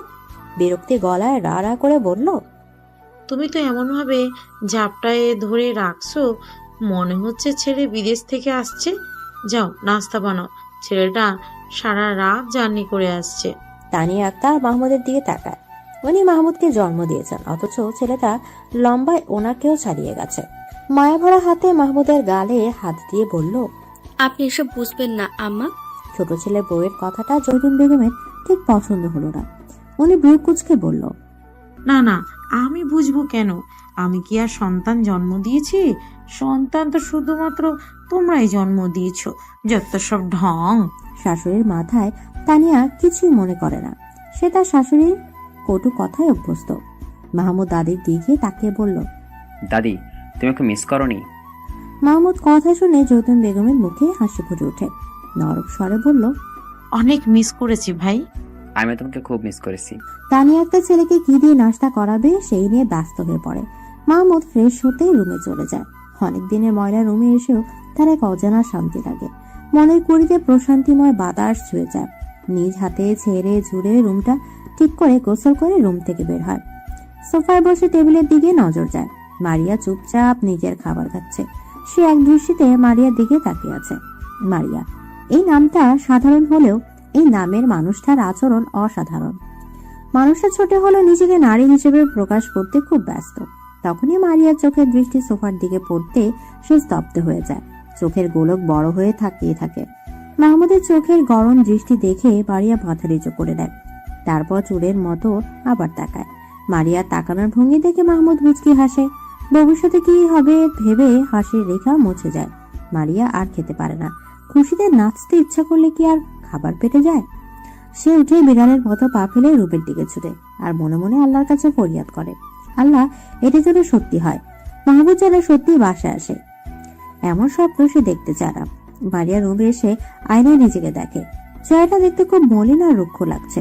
এতদিন ছন্ন ছাড়া চলাফেরার কারণে চেহারার অবস্থা খুবই করুণ। তার নিজের ওপর খুব রাগ হলো। আর একটু সুন্দর করে থাকলে তো এই ফকিনের মতো চেহারা নিয়ে মাহমুদের সামনে পড়তে হতো না। সে আলমারি খুলে নতুন জামা বের করে বাথরুমে যায়। আজকে খুব পরিপাটি হয়ে থাকা চাই। সারা রাত কেঁদে তিতিরের ফর্সা গাল লাল টকটকে হয়ে আছে। চোখের অবস্থা আরো করুন, অস্বাভাবিক ভাবে ফুলে উঠেছে। কিন্তু সকাল হয়ে গিয়েছে যে এবার তো রুম থেকে বেরোতে হবে। ইতিমধ্যে তানিয়া একটার কয়েকবার ডেকে গিয়েছে। তিতির বাথরুমে গিয়ে মুখে বেশি করে পানির ছাপটা দেয়। আয়না নিজের দিকে তাকিয়ে চোখের পর্দায় ভেসে ওঠে রাতের মুহূর্তটুকু। ইচ্ছাই হোক আর অনিচ্ছাই হোক, হঠাৎ করে যাওয়া কাজটায় দুজনেই বিব্রত হয়। আরফান তিতিরের দিকে তাকিয়ে কিছু বলবে, তার আগে তিতির এক অভাবনীয় কাজ করে ফেলে। রাগে দুঃখে ঠাস করে আরফানকে এক থাপ্পড় দিয়ে সরিয়ে দেয়। ভালোবাসার কথা না বলে এমন করে ছুঁয়ে দেওয়ার সাহস হলো কি করে? অথচ ভুলে গেল আরফানের স্পর্শে সে নিজেও সাড়া দিয়েছিল। তাই তো আরফান গভীর ভাবে ছুঁয়েছে। তিতিরের এমন কাজে আরফান হতবম্ব হয়ে গেছে। হাত দিয়ে গা ছুঁয়ে প্যাল করে তিতিরের দিকে তাকিয়ে আছে। তিতির হিস করে বলল, আপনি খুব খারাপ। তুই খারাপ না? তিতিরে বিবেক প্রশ্নের উত্তর জানে কিন্তু মানতে নারাজ। সে কাঁদে ফুপিয়ে ওঠে, কান্নার তোড়ে কেঁপে ওঠে। মাথা নেড়ে বলল, অসভ্য লোক। আরফান হতবাক, কি বলবে মাথায় আসে না। সে অসহায় গলায় বলল, তুইও তো ঝাপটে ধরলি তিতির। আপনি সুযোগ নিয়েছেন, আমাকে একা ছাদে ডেকে খুব খারাপ কাজ করে ফেলেছেন। আর কখনো আমার সাথে কথা বলার চেষ্টা করবেন না। যদি কোনো রকম চেষ্টা করেন তো আমি বড় আব্বুকে বলে দিব। থমথমে রূপ ধারণ করেছে। ঠান্ডা ঝিরিঝিরি বাতাস স্তব্ধ আরফানকে বিবেকের চরম দংশনে রেখে তিতির পালিয়ে যায়, রেখে যায় আরফানকে। ফজর আজানের পর আরফান ব্যাগ হাতে রুম থেকে বেরোয়। মায়ের কাছে বিদায় নিয়ে ঢাকার উদ্দেশ্যে নিয়ে বেরিয়ে পড়ে। এত সকালে কেন যাচ্ছে এই নিয়ে হাজারা প্রশ্ন করে সালমা বেগম। আরফান জানায় তার জরুরি কাজ পড়ে গিয়েছে, তা গেলে হবে না, তাই এত সকালে যাওয়া। সালমা বেগম আর এত ঘাটালেন না। আরফান ওরঞ্চটির স্বভাবে, তাই তার কাছে কোনো সন্দেহ ইলিশ মাত্র রইল না। সারা রাস্তা আরফানের মুখ থমথম হয়েছিল। কখন যেন চোখ জ্বালা করতে করতে লাল টকটকে হয়ে গিয়েছে। সে কি আসলে সুযোগ নিয়েছে? আর তিতির যে তাকে আঁকড়ে ধরে আরো কাছে টানলো সেটা। তিতির রুম থেকে বেরিয়ে সোফায় পুরুষ ভাবায় কাউকে বসে থাকতে দেখে ভাবলো এটা আরফান। মাথা নিচু করে পাশ কাটিয়ে চলে যেতে চাইলে তখন সামনে বসা পুরুষ তাকে ডাকে। চিরপরিচিত ভাইয়ের কণ্ঠ শুনে তিতি চমকে যায়। মাথা তুলে ভাইয়ের দিকে তাকে খুশিতে হাসে। মাহমুদ হাত ধরে আদরে বোনকে পাশে বসে। ভ্রু কুচকে তাকিয়ে বলল, কি খবর তিতি পাখির? ভালো। তুমি এতদিন আসনি কেন ভাইয়া? তিতিরের লাল চোখ জোড়া মাহমুদের নজর এড়ায় না। সে সন্ধানী চোখে তাকিয়ে বলল, এখন আসলাম। তিতির হাসে। মাহমুদ বলে, কেঁদেছিস কেন? কাঁদিনি। প্রেমে পড়েছিস? তিথি চমকে যায়, কথা বলার ভাষা হারিয়ে ফেলে। তানি একটা নাস্তা প্লেট দিয়ে দুই ভাই বোনের দিকে এগিয়ে আসে। উনি আসাতেই তিতির ছাড়া পায়। আসন্ন বিপদ থেকে যেন স্বয়ং আল্লাহ তাকে বাঁচিয়ে দিল। উনি এসে মাহমুদকে খাওয়াতে ব্যস্ত হয়ে পড়ে। তিতির আস্তে করে কেটে পড়ে। বড় কাছে জানতে পারে যে আরফান ভোরে ঢাকা চলে গেছে। মাহমুদ এসেছে, অথচ আরফান চলে গেল। দুই ভাই দেখাই হলো না। তাই ওনার খারাপ লাগছে। আরফান চলে গিয়েছে এই কথাটা জানার পর থেকে তিতিরের মন খারাপের ওজন যেন আরো বেড়ে যায়। দোষ তো আরফানের একার ছিল না, দোষ তিতিরেরও ছিল। কিন্তু সে কিনা সবটা দোষ আরফানকে দিয়ে এত পরিমাণ দোষী বানিয়ে দিল যে ছেলেটা বাড়ি থেকে চলে গেল। তিতিরের দম বন্ধ হয়ে আসে, কান্নার গলায় দলা পাকিয়ে ওঠে। কান্না লুকাতে সবার অগজরে সে রুমে চলে যায়। তারপর বাঁধ ভাঙিয়ে কান্নারা ছুটে চলে অবিরাম গতিতে। রাত 12টা। গ্রামের পরিবেশ এইটুকু রাতে চারদিক নিঝুম স্তব্ধ হয়ে গেছে।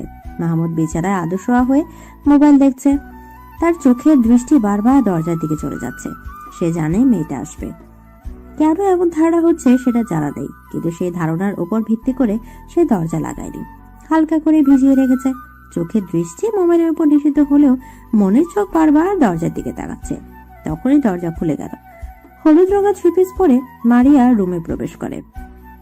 মাহমুদের দিকে এক পলক তাকিয়ে দরজা আটকে যায়। মারিয়ার সাহস দেখে মাহমুদ অবাক হয়। এতদিনে দরজা লাগানোর সাহসও সঞ্চয় করে ফেলেছে। বাহ, উন্নতি হয়েছে তো।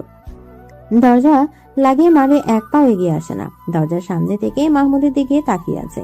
মাহমুদ হাতের মোবাইল বিছানায় রেখে মারিয়াকে বিব্রত করতেই কিনা এক দৃষ্টিতে মারিয়ার দিকে তাকিয়ে থাকে, কিন্তু মারিয়া বিব্রত হয় না, বরং 2 কদম এগিয়ে আসে। মাহমুদ বলল, কি সমস্যা? সেটা তো আপনি বলবেন। কি বলবো? আপনার কি সমস্যা? আমার তো কোনো সমস্যা নেই। যদি সমস্যা নাই থাকে তাহলে সবাইকে ভালো মন্দ জিজ্ঞেস করলেন, অথচ সারাদিনে একবারও আমাকে জিজ্ঞেস করলেন না আমি কেমন আছি। তোকে দেখে মনে হয় তুই খুবই ভালো আছিস, এটা আর জিজ্ঞেস করবো কি? আমাকে দেখে আপনার ভালো আছি মনে হলো? হ্যাঁ। অথচ আমি একটুও ভালো নেই। কেন? মারিয়া চুপচাপ দাঁড়িয়ে থাকে।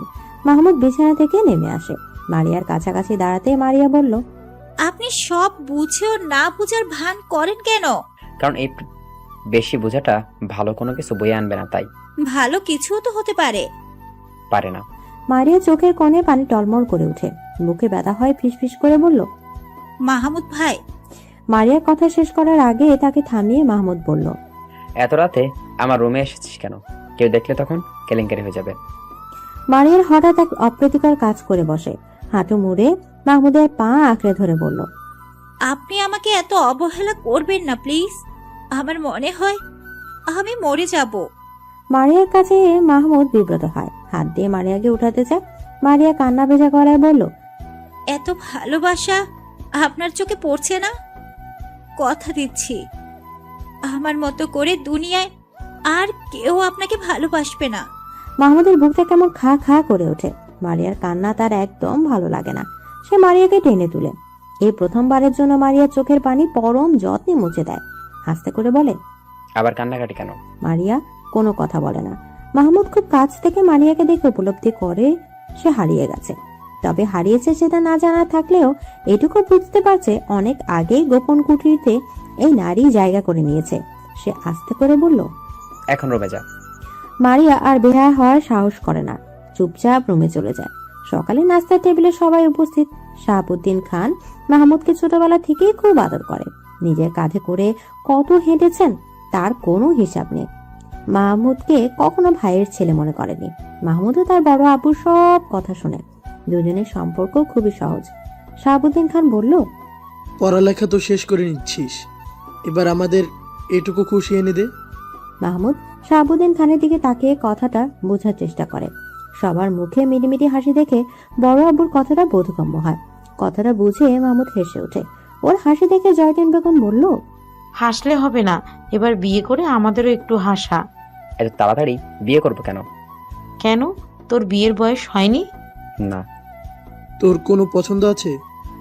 মাহমুদের চোখের তারায় মারিয়ার কান্না ভেজা মুখটা ভেসে ওঠে, কিন্তু সে মাথা নেড়ে বলল, না, আমার কোনো পছন্দ নেই। তাহলে আমরা দেখব। দেখুন। গ্রামের আকবর আলীর নাতনিকে দেখলাম, বেশ ভালো লাগলো। আজকে বিকালে মেয়েটাকে দেখতে যাব। আচ্ছা। এত সব কথাগুলো সবাই হাসি মুখে শুনলেও মারিয়ার মুখের ভাব হাসি হাসি রইল না। সে আস্তে করে উঠে গেল, চুপচাপ দরজা আটকে দিল। এত হাসি খুশির মাঝে মারিয়াকে কেউ লক্ষ্য করলো না। দুপুর গড়িয়ে সন্ধ্যা নেমে এলো। শাহাবুদ্দিন খান, মহিবুল্লাহ আর জয়তুন বেগম আকবর আলীর বাড়িতে যাওয়ার প্রস্তুতি নিচ্ছে। এর মাঝে মারিয়ার আম্মা সালমা বেগম হন্ত দন্ত হয়ে ছুটে আসে। কান্না জড়িত গলায় বলে, সে সকাল থেকে মরিয়ার রুমের দরজা আটকে আছে। দুপুর গড়িয়ে সন্ধ্যা নামলে এখনো তো দরজা খুলছে না। এই পর্যন্ত 1000 বার ডাকা হয়েছে। ঘুমাচ্ছে হয়তো। মারিয়ার ঘুম খুব পাতলা, একবার ডাকলেই উঠে যায়। এবার সবাই চিন্তিত হয়। কোনো উপায় না দেখে কাঠের দরজা ভেঙে ভেতরে ঢুকে মারিয়াকে ঘুমন্ত অবস্থায় পায়। তাকে জাগানোর চেষ্টা করলেও সে জাগে না। অবস্থা খারাপ দেখে মারিয়াকে হাসপাতালে নেওয়া হয়। হাসপাতালে নেওয়ার পর ডাক্তার তার চিকিৎসা করে জানায় ঘুমের ওষুধের কারণে এমন হয়েছে। এত ছোট মানুষের ঘুমের ওষুধ খাওয়ার কি দরকার, তা কারও বোধগম্য হলো না। গভীর রাতে মারিয়াকে বাসায় নিয়ে আসা হয়। শাহাবুদ্দিন খান চিন্তিত ভঙ্গিতে বসে আছে। এই এত কিছু ঘটে গেছে, অথচ মাহমুদ একটা শব্দ পর্যন্ত উচ্চারণ করেনি। কেমন গম্ভীর হয়েছে। সে তার বড় আব্বুর কাছে এগিয়ে আসে, বুকের সাহস নিয়ে পাশে বসে, হাত ধরে বলল, বড় আব্বু, একটা কথা বলি। বল। তোমার রাজকন্যাটা আমাকে দিয়ে দাও, আমি তাকে রানীর মতো করে রাখবো। তোরা একে অপরকে ভালোবাসিস? মাহমুদ কথা বলে না, কিন্তু শাহাবুদ্দিন খান শিক্ষিত বিচক্ষণ মানুষ, উনি যা বুঝার বুঝে নেয়। সেদিন রাতেই মাহমুদ আর মারিয়ার বিয়ের দিন ঠিক করা হয়। সবাই অবাক হলেও কোনো বিরোধিতা করেনি। তিতির খুশি হয়। তখনই হাতের মোবাইলে টুং করে মেসেজ আসে। মেসেজ খুলে তার ভ্রু কুঁচকে যায়। আরফান একটা মেয়ের গালে চুমু দিচ্ছে, আর একটা ছবিতে জড়িয়ে রেখেছে। তিতিরের খুব রাগ হলো। রাগে হাতের মোবাইল হাত থেকে ফেলে ভেঙে ফেললো। হাত দিয়ে নিজের ঠোঁট পাগলের মতো ঘষে আরফানের সবটা স্পর্শ মুছতে চাইল। আগামী শুক্রবার বিয়ে। এত জলদি বিয়ে দেওয়ার কি আছে, এটাই সবার বোধগম্য হচ্ছে না। কিন্তু শাহাবুদ্দিন খানের কথার উপরে তো কেউ কথা বলার সাহস পাচ্ছে না। মহিবুল্লাহ খুব খুশি নাকি বেজার হবে, এটাই বুঝতে পারছে না। মারিয়া তাদের নিজেদের মেয়ে, নিজের হাতে মানুষ করা, খুবই শান্ত মেয়ে। বউ হিসেবে এমন মেয়ে সবাই খুঁজে, কিন্তু সমস্যা অন্য জায়গায়। তানিয়া বেঁকে বসেছে। একটা মাত্র ছেলে, 1000টা মেয়ে দেখে বেছে বিয়ে করবে, তা না হুট করে বিয়ের সিদ্ধান্ত নিয়ে ফেলেছে। ভাইজানের উপর তার সব রাগ। ইঞ্জিনিয়ার ছেলে পেয়েছে বিধায় নিজের মেয়েকে সুপাত্রে দিতে এত তাড়া, কিন্তু তার স্বামী কি কিছুই বলতে পারে না? ছেলেকে জন্ম দিয়ে যদি এইটুকু অধিকার না থাকে, তাহলে তানিয়ার রুমের মধ্যে রেগে ফেটে পড়ে। শাহাবুদ্দিন খানকে কিছু না বলতে পারলেও মহিবুল্লাহ খানকে ঠিকই কথা শোনালো। আমার ছেলের বিয়ে আর সিদ্ধান্ত নেওয়ার সময় আমি থাকবো না? উনি এত বড় সিদ্ধান্ত নেবে কেন? বড় ভাই হয় না, এটা নিতেই পারো। আমি মানি না। কেন? আমি 10টা থেকে একটা বউ আনতাম। মারিয়া কম কিসে? তানিয়া দমে যায়। মারিয়া কোনো কিছু দিয়ে কম না, কিন্তু ছেলেকে যাচাই বাছাই করে বিয়ে করানোর খায়েশটা যে অপূর্ণই থেকে যাবে। মাহমুদ কি রাজি? আজকালকার যুগে ছেলে মেয়ের অমতে এসব মাতব্বরি করা ভালো না। মাহমুদের সামনে তো সব জানানো হলো, কই সে তো আপত্তি করেনি। হয়তো ওনার ভয়ে কিছু বলেনি। তুমি একবার ভাইয়ের সাথে কথা বলো। বাবা মায়ের রুম থেকে উচ্চ কণ্ঠ শুনে মাহমুদ সেদিকে যায়। দরজা গলিয়ে মাথা ঢুকিয়ে হেসে বলল, আসবা মা। হঠাৎ ছেলেকে দেখে দুজনেই বিব্রত বোধ করে। মাহমুদ রুমে ঢুকে আয়েশ করে বিছানা বসে বলল, হ্যাঁ, এবার বলো। তুই রাজি? আমি রাজি না হলে কি বিয়ে ঠিক হতো? তুই রাজি? মারিয়াকে আমার ভালো লাগে। তোমরা যেটা কখনো বুঝতে পারোনি, সেটা বড় আব্বু বুঝেছে। আর আমি চাই না তোমরা দুইজন এটা নিয়ে আর ঝগড়া করো। রুমের বাইরে থেকে সব স্পষ্ট শোনা যায়, সবাই খারাপ ভাবছে। মাহমুদ চলে যায়। তারপর থেকে মহিবুল্লাহ তানিয়া ব্যস্ত হাতে বিয়ের শপিং করে। সব আয়োজনে যেন কমতি না হয় সে খেয়াল রাখে। ছেলে যেহেতু পছন্দ করে, তাহলে আর না করে লাভ কি? ভাইয়ের বিয়েতে তিতিরের খুশির অন্ত নেই, তাও কার সাথে? তার একমাত্র চাচাতো বোনের সাথে। বিয়ের বাকি মাত্র 2 দিন। এই 2 দিনে তিতি নিজেকে খুব ব্যস্ত রেখেছে, কিন্তু বেহায়া মন অসভ্য পুরুষের জন্য আনচান করে উঠেছে। সে শতভাগ শিওর যে আরফানের দেয়া ছবিটি এডিট করা। আজকালকার যুগে এসে এইটুকু বুঝার ক্ষমতা তিতিরের আছে, কিন্তু তাকে সব পাঠানোর মানে কি? কি বুঝাইতে চায় বলটা? সে যে অভিমান করে আছে তাকে বুঝে না? মেয়েরা অভিমান করলে কি করতে হয় জানে না নাকি? ডাক্তার হচ্ছে, কচুর ডাক্তার হচ্ছে, মেয়েদের মনই বুঝে না, সে নাকি আবার অপারেশন করবে। তিতিরের ভাবনার মাঝে পানি ঢেলে নিনিয়া তার রুমে আসে। তিতিরের পাশে বসে বলল, এরপর তো তোমার পালা আপু, কেমন লাগছে? পাকনা কথা বলবি না। পাকনা কথা কই বললাম। তাছাড়া তোমার আর কি লাগবে? বিয়ে তো আর দূরে হবে না, বিয়ে এই বাড়িতেই তো হবে। কি? নিনিয়া যেভাবে ছুটে এসেছিল এবার সেভাবেই ছুটে চলে যায়। তিথি ভাবে নিনিয়া কি তার আর আরফানের কথা জানতে পেরেছে? না বললে এসব বলবে কেন? তিথি চিন্তিত হয়। আরফান আর তার ব্যাপারটা কারো জানার কথা না, কালকে বিয়ে। আরফান মারিয়ার বড় ভাই, সেই হিসেবে তার সবার আগে থাকার কথা ছিল, কিন্তু জরুরি ক্লাসের জন্য যেতে পারেনি। এমন হুট করেই বা কেন মারিয়ার বিয়ে ঠিক করা হলো সেটাও বুঝে আসে না। পাত্র কে? পাত্র তারই ভাই মাহমুদ। আরফানের কাছে সবটা ব্যাপার কেমন লাগে, কিন্তু মাহমুদ পাত্র হিসেবে যথেষ্ট ভালো। এই দিকটা দিয়ে অবশ্য ভালো হয়েছে। আর খারাপ দিকটা হচ্ছে তিতিরের সাথে কথা হচ্ছে না, তার স্বস্তি লাগছে না। সেদিন রাগের মাথায় ভুলভাল ছবি পাঠালেও পরে মনে হয়েছে কাজটা ঠিক হয়নি। বাচ্চাদের উপর রাগ করতে হয় না, বাচ্চাদের বোঝাতে হয় আদর করে। আদরের প্রসঙ্গ আসাতেই তার হাত গালে চলে যায়। বাচ্চাটাকে আদর করতে গিয়ে থাপ্পড় খেয়েছে। কই, তিতির তো একবারও ফোন করে সরি বললো না। আবারও তার মাঝে অভিমানের দেয়াল টই টই করে বেড়ে যায়। বাড়ি এসে পুরোদমে কাজে লেগে পড়ে। ভুল করেও তিতিরের দিকে তাকায় না, কিন্তু কতক্ষণ না তাকিয়ে থাকা যায়। তিতির আশেপাশে থাকলে তার চোখ যেন চুম্বকের মতো টেনে ধরে। এই যে কালো থ্রিপিস পরে কেমন হেঁটে যাচ্ছে, তাকে দেখেও যেন দেখছে না। আরফান ফুস করে শ্বাস ফেলে তিতিরে যাওয়ার পানে তাকিয়ে থাকে। মনে মনে বলে, তোর খবর আছে তিতির। ছোটবেলা থেকেই লেখাপড়া ভালো লাগতো না আরশের, তাই তো ম্যাট্রিক পাশ করার পরে সিঙ্গাপুরে চলে যায়। এই তো এবছর প্রবাস জীবনের 5 বছরে পা দিল। বাড়িতে বিয়ের উৎসব, তাই এবার তাকে আসতেই হলো। তাছাড়া মাহমুদ তার ছোট হয় কিনা তার আগে বিয়ে করে ফেলেছে। এই লজ্জাজনক কথা ঢাকতে হলেও তাকে এবার দেশ মুখ হতেই হলো। সকালে বাড়িতে এসে পৌঁছেছে। বিয়ের বাড়ি বেশ ঝাঁকনাকা করে সাজানো, দেখেই বিয়ে বিয়ে ফিল হচ্ছে। কালকে বিয়ে আর আজকে সে এলো, তার আশা নিয়েও বাড়িতে একটা হইচই বেঁধে গেছে। বাড়ির সবকিছুই আরো সে ঠিক লাগলো না শুধুমাত্র তিতিরকে। এত বড় হয়ে গেছে আর দেখতেও একদম পরীর মতো সুন্দর। আরুষের মনে হচ্ছে সে প্রথম দেখায় প্রেমে পড়ে গেছে। মাহমুদের বিয়েটা শেষ হলেই একটা ব্যবস্থা নিতে হবে। সে কখনোই ভাবেনি বাড়ি এসে এমন একটা পরীর দেখা পাবে। বাড়িতে বিয়ের আমেজ লেগেছে ঠিক আছে, কিন্তু ঠিক নেই মারিয়া। সেদিন রাগের বশে ঘুমের ওষুধ খেলেও তাকে কেউ কোনো প্রশ্ন করেনি, বরং প্রশ্নের বদলে শুনতে পেয়েছে বিয়ের সংবাদ। খুশি হবে নাকি কি করবে সে বুঝতে উঠতে পারেনি। বিয়ে ঠিক হওয়ার পরে মারিয়া মাহমুদের সাথে কথা বলার চেষ্টা করেছে, কিন্তু প্রতিবারই তার সাথে মাহমুদ টু শব্দটি পর্যন্ত উচ্চারণ করেনি। মারিয়া বুঝতে পারছে না এই মুহূর্তে তার কি করা দরকার। হলুদের অনুষ্ঠানে তিতির মনে সবটা রং দিয়ে সাজলো। বারবার আরফানের সামনে দিয়ে হেঁটে হেঁটে গেল।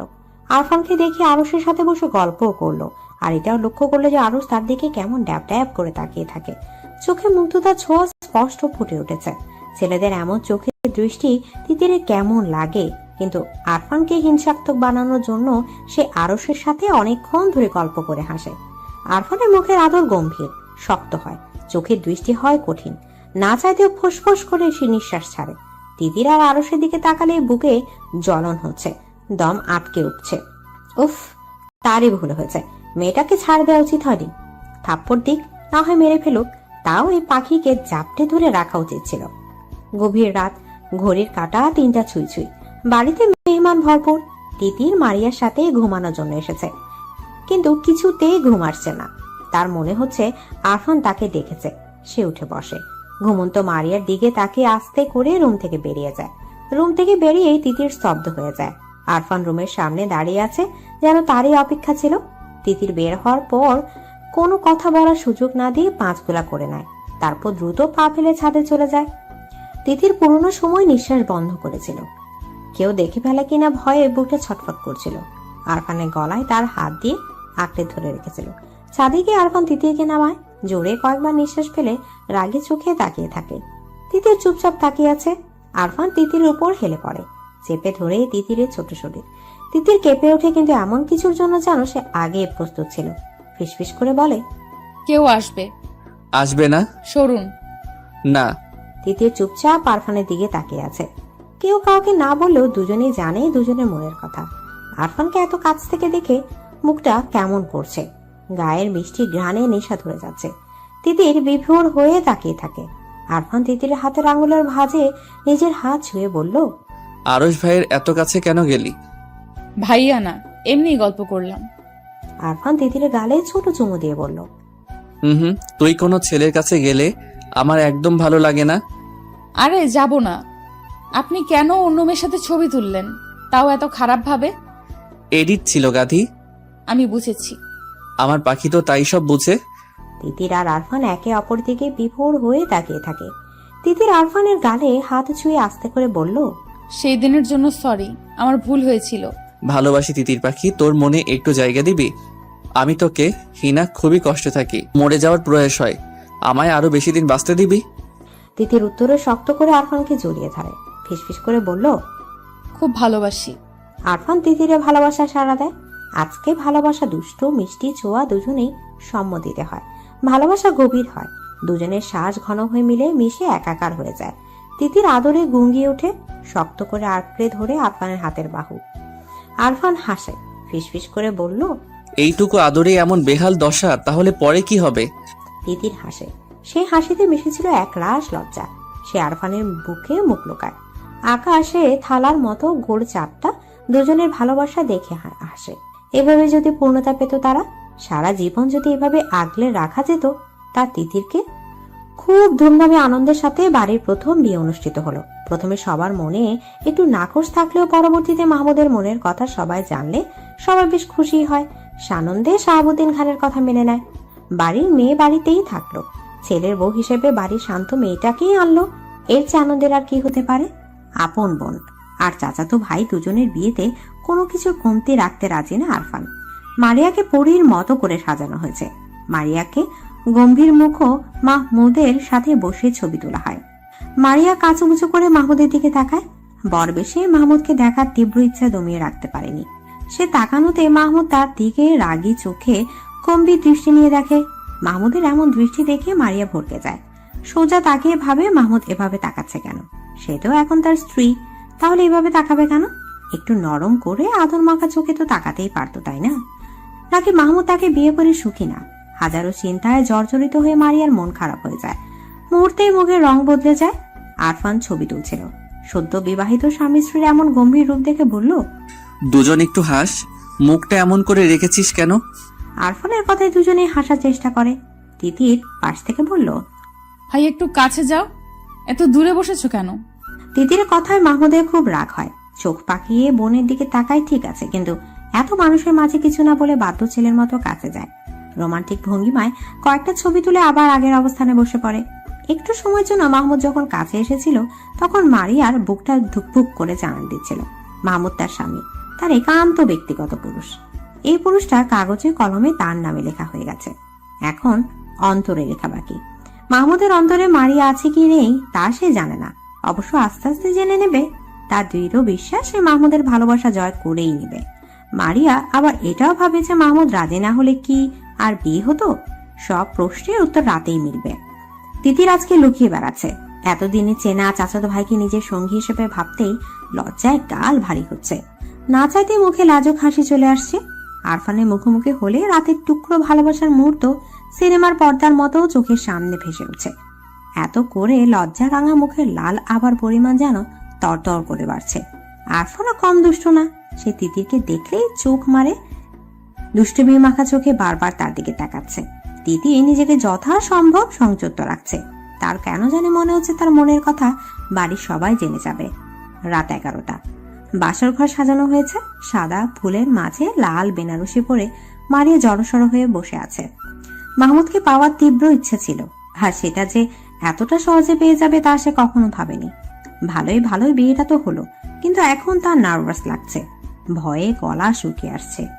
মারিয়া চুপচাপ বসে আছে, মাহমুদের জন্য অধীর অপেক্ষায় বসে আছে। তার অপেক্ষার প্রহর যেন শেষ হচ্ছে না। এভাবে বসে থাকতে থাকতে ছোট মনে উকিটায় হাজারো স্বপ্ন। লাজে লাল হয়ে সে হাসে, কিন্তু মাহমুদ আসে না। মাহমুদের জন্য অপেক্ষা করতে করতে তার মন খারাপ হয়।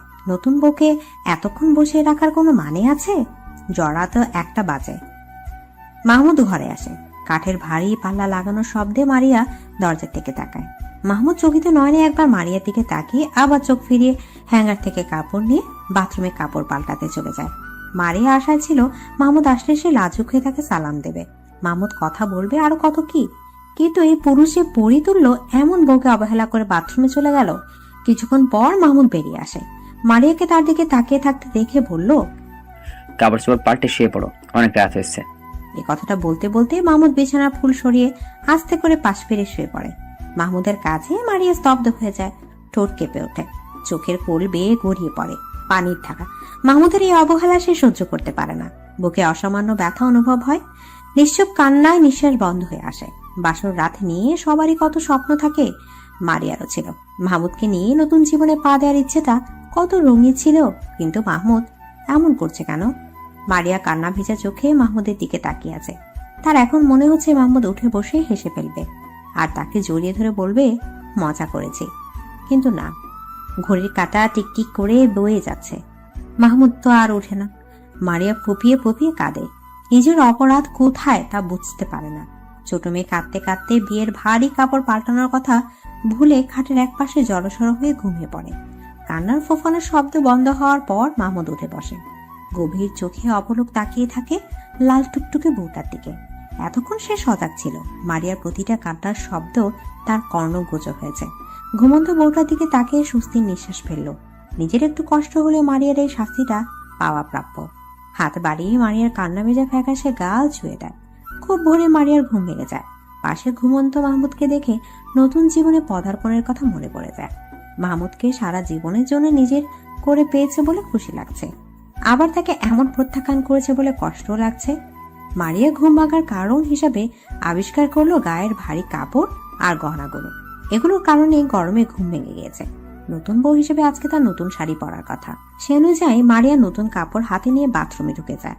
হালকা গোলাপি শাড়ি পরে বাথরুম থেকে বেরিয়ে মারিয়া হতভম্ব হয়ে যায়, কারণ ততক্ষণে মাহমুদ কাপড় পরে রেডি। মাহমুদের প্রস্তুতি জোগাড় দেখে বুঝতে পারে মাহমুদ ঢাকা চলে যাচ্ছে। মাহমুদ মারিয়ার দিকে এক পলক তাকিয়ে বেরিয়ে যায়। মাহমুদের এমন কাজেই মারিয়া চুপচাপ দাঁড়িয়ে কেঁদে ফেলে। মাহমুদ এত নিষ্ঠুর ছিল না, তাহলে হঠাৎ এমন নিষ্ঠুর আচরণ করছে কেন? 15 দিন পর সোফিয়া খানম সবার সাথে আলোচনা বসে। আম্মা, আরশের তো একটা ব্যবস্থা করার দরকার। হ্যাঁ, তা তো করা লাগবেই। এক কাজ করি, মাহমুদের জন্য যে আকবর আলীর নাতনির কথা বলেছিলাম তা তো আর দেখা হলো না, কিন্তু আরশের জন্য দেখতে ক্ষতি তো নেই। এত মেয়ে দেখা দেখির কি আছে?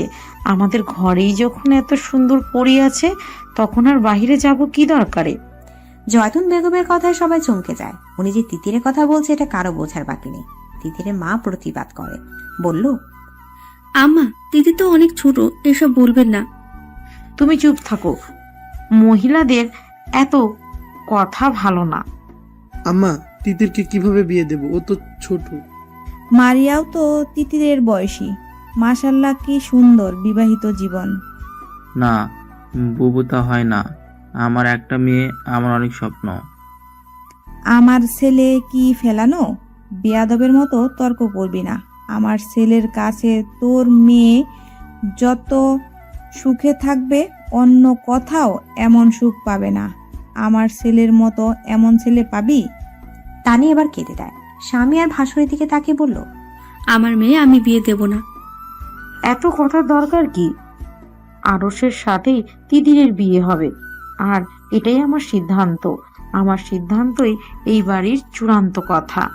এই বিয়ে নিয়ে হাজারো কথা কাটাকাটি হয়, কিন্তু কেউ জয়তুন বেগমকে ওনার সিদ্ধান্ত থেকে নাড়াতে পারে না।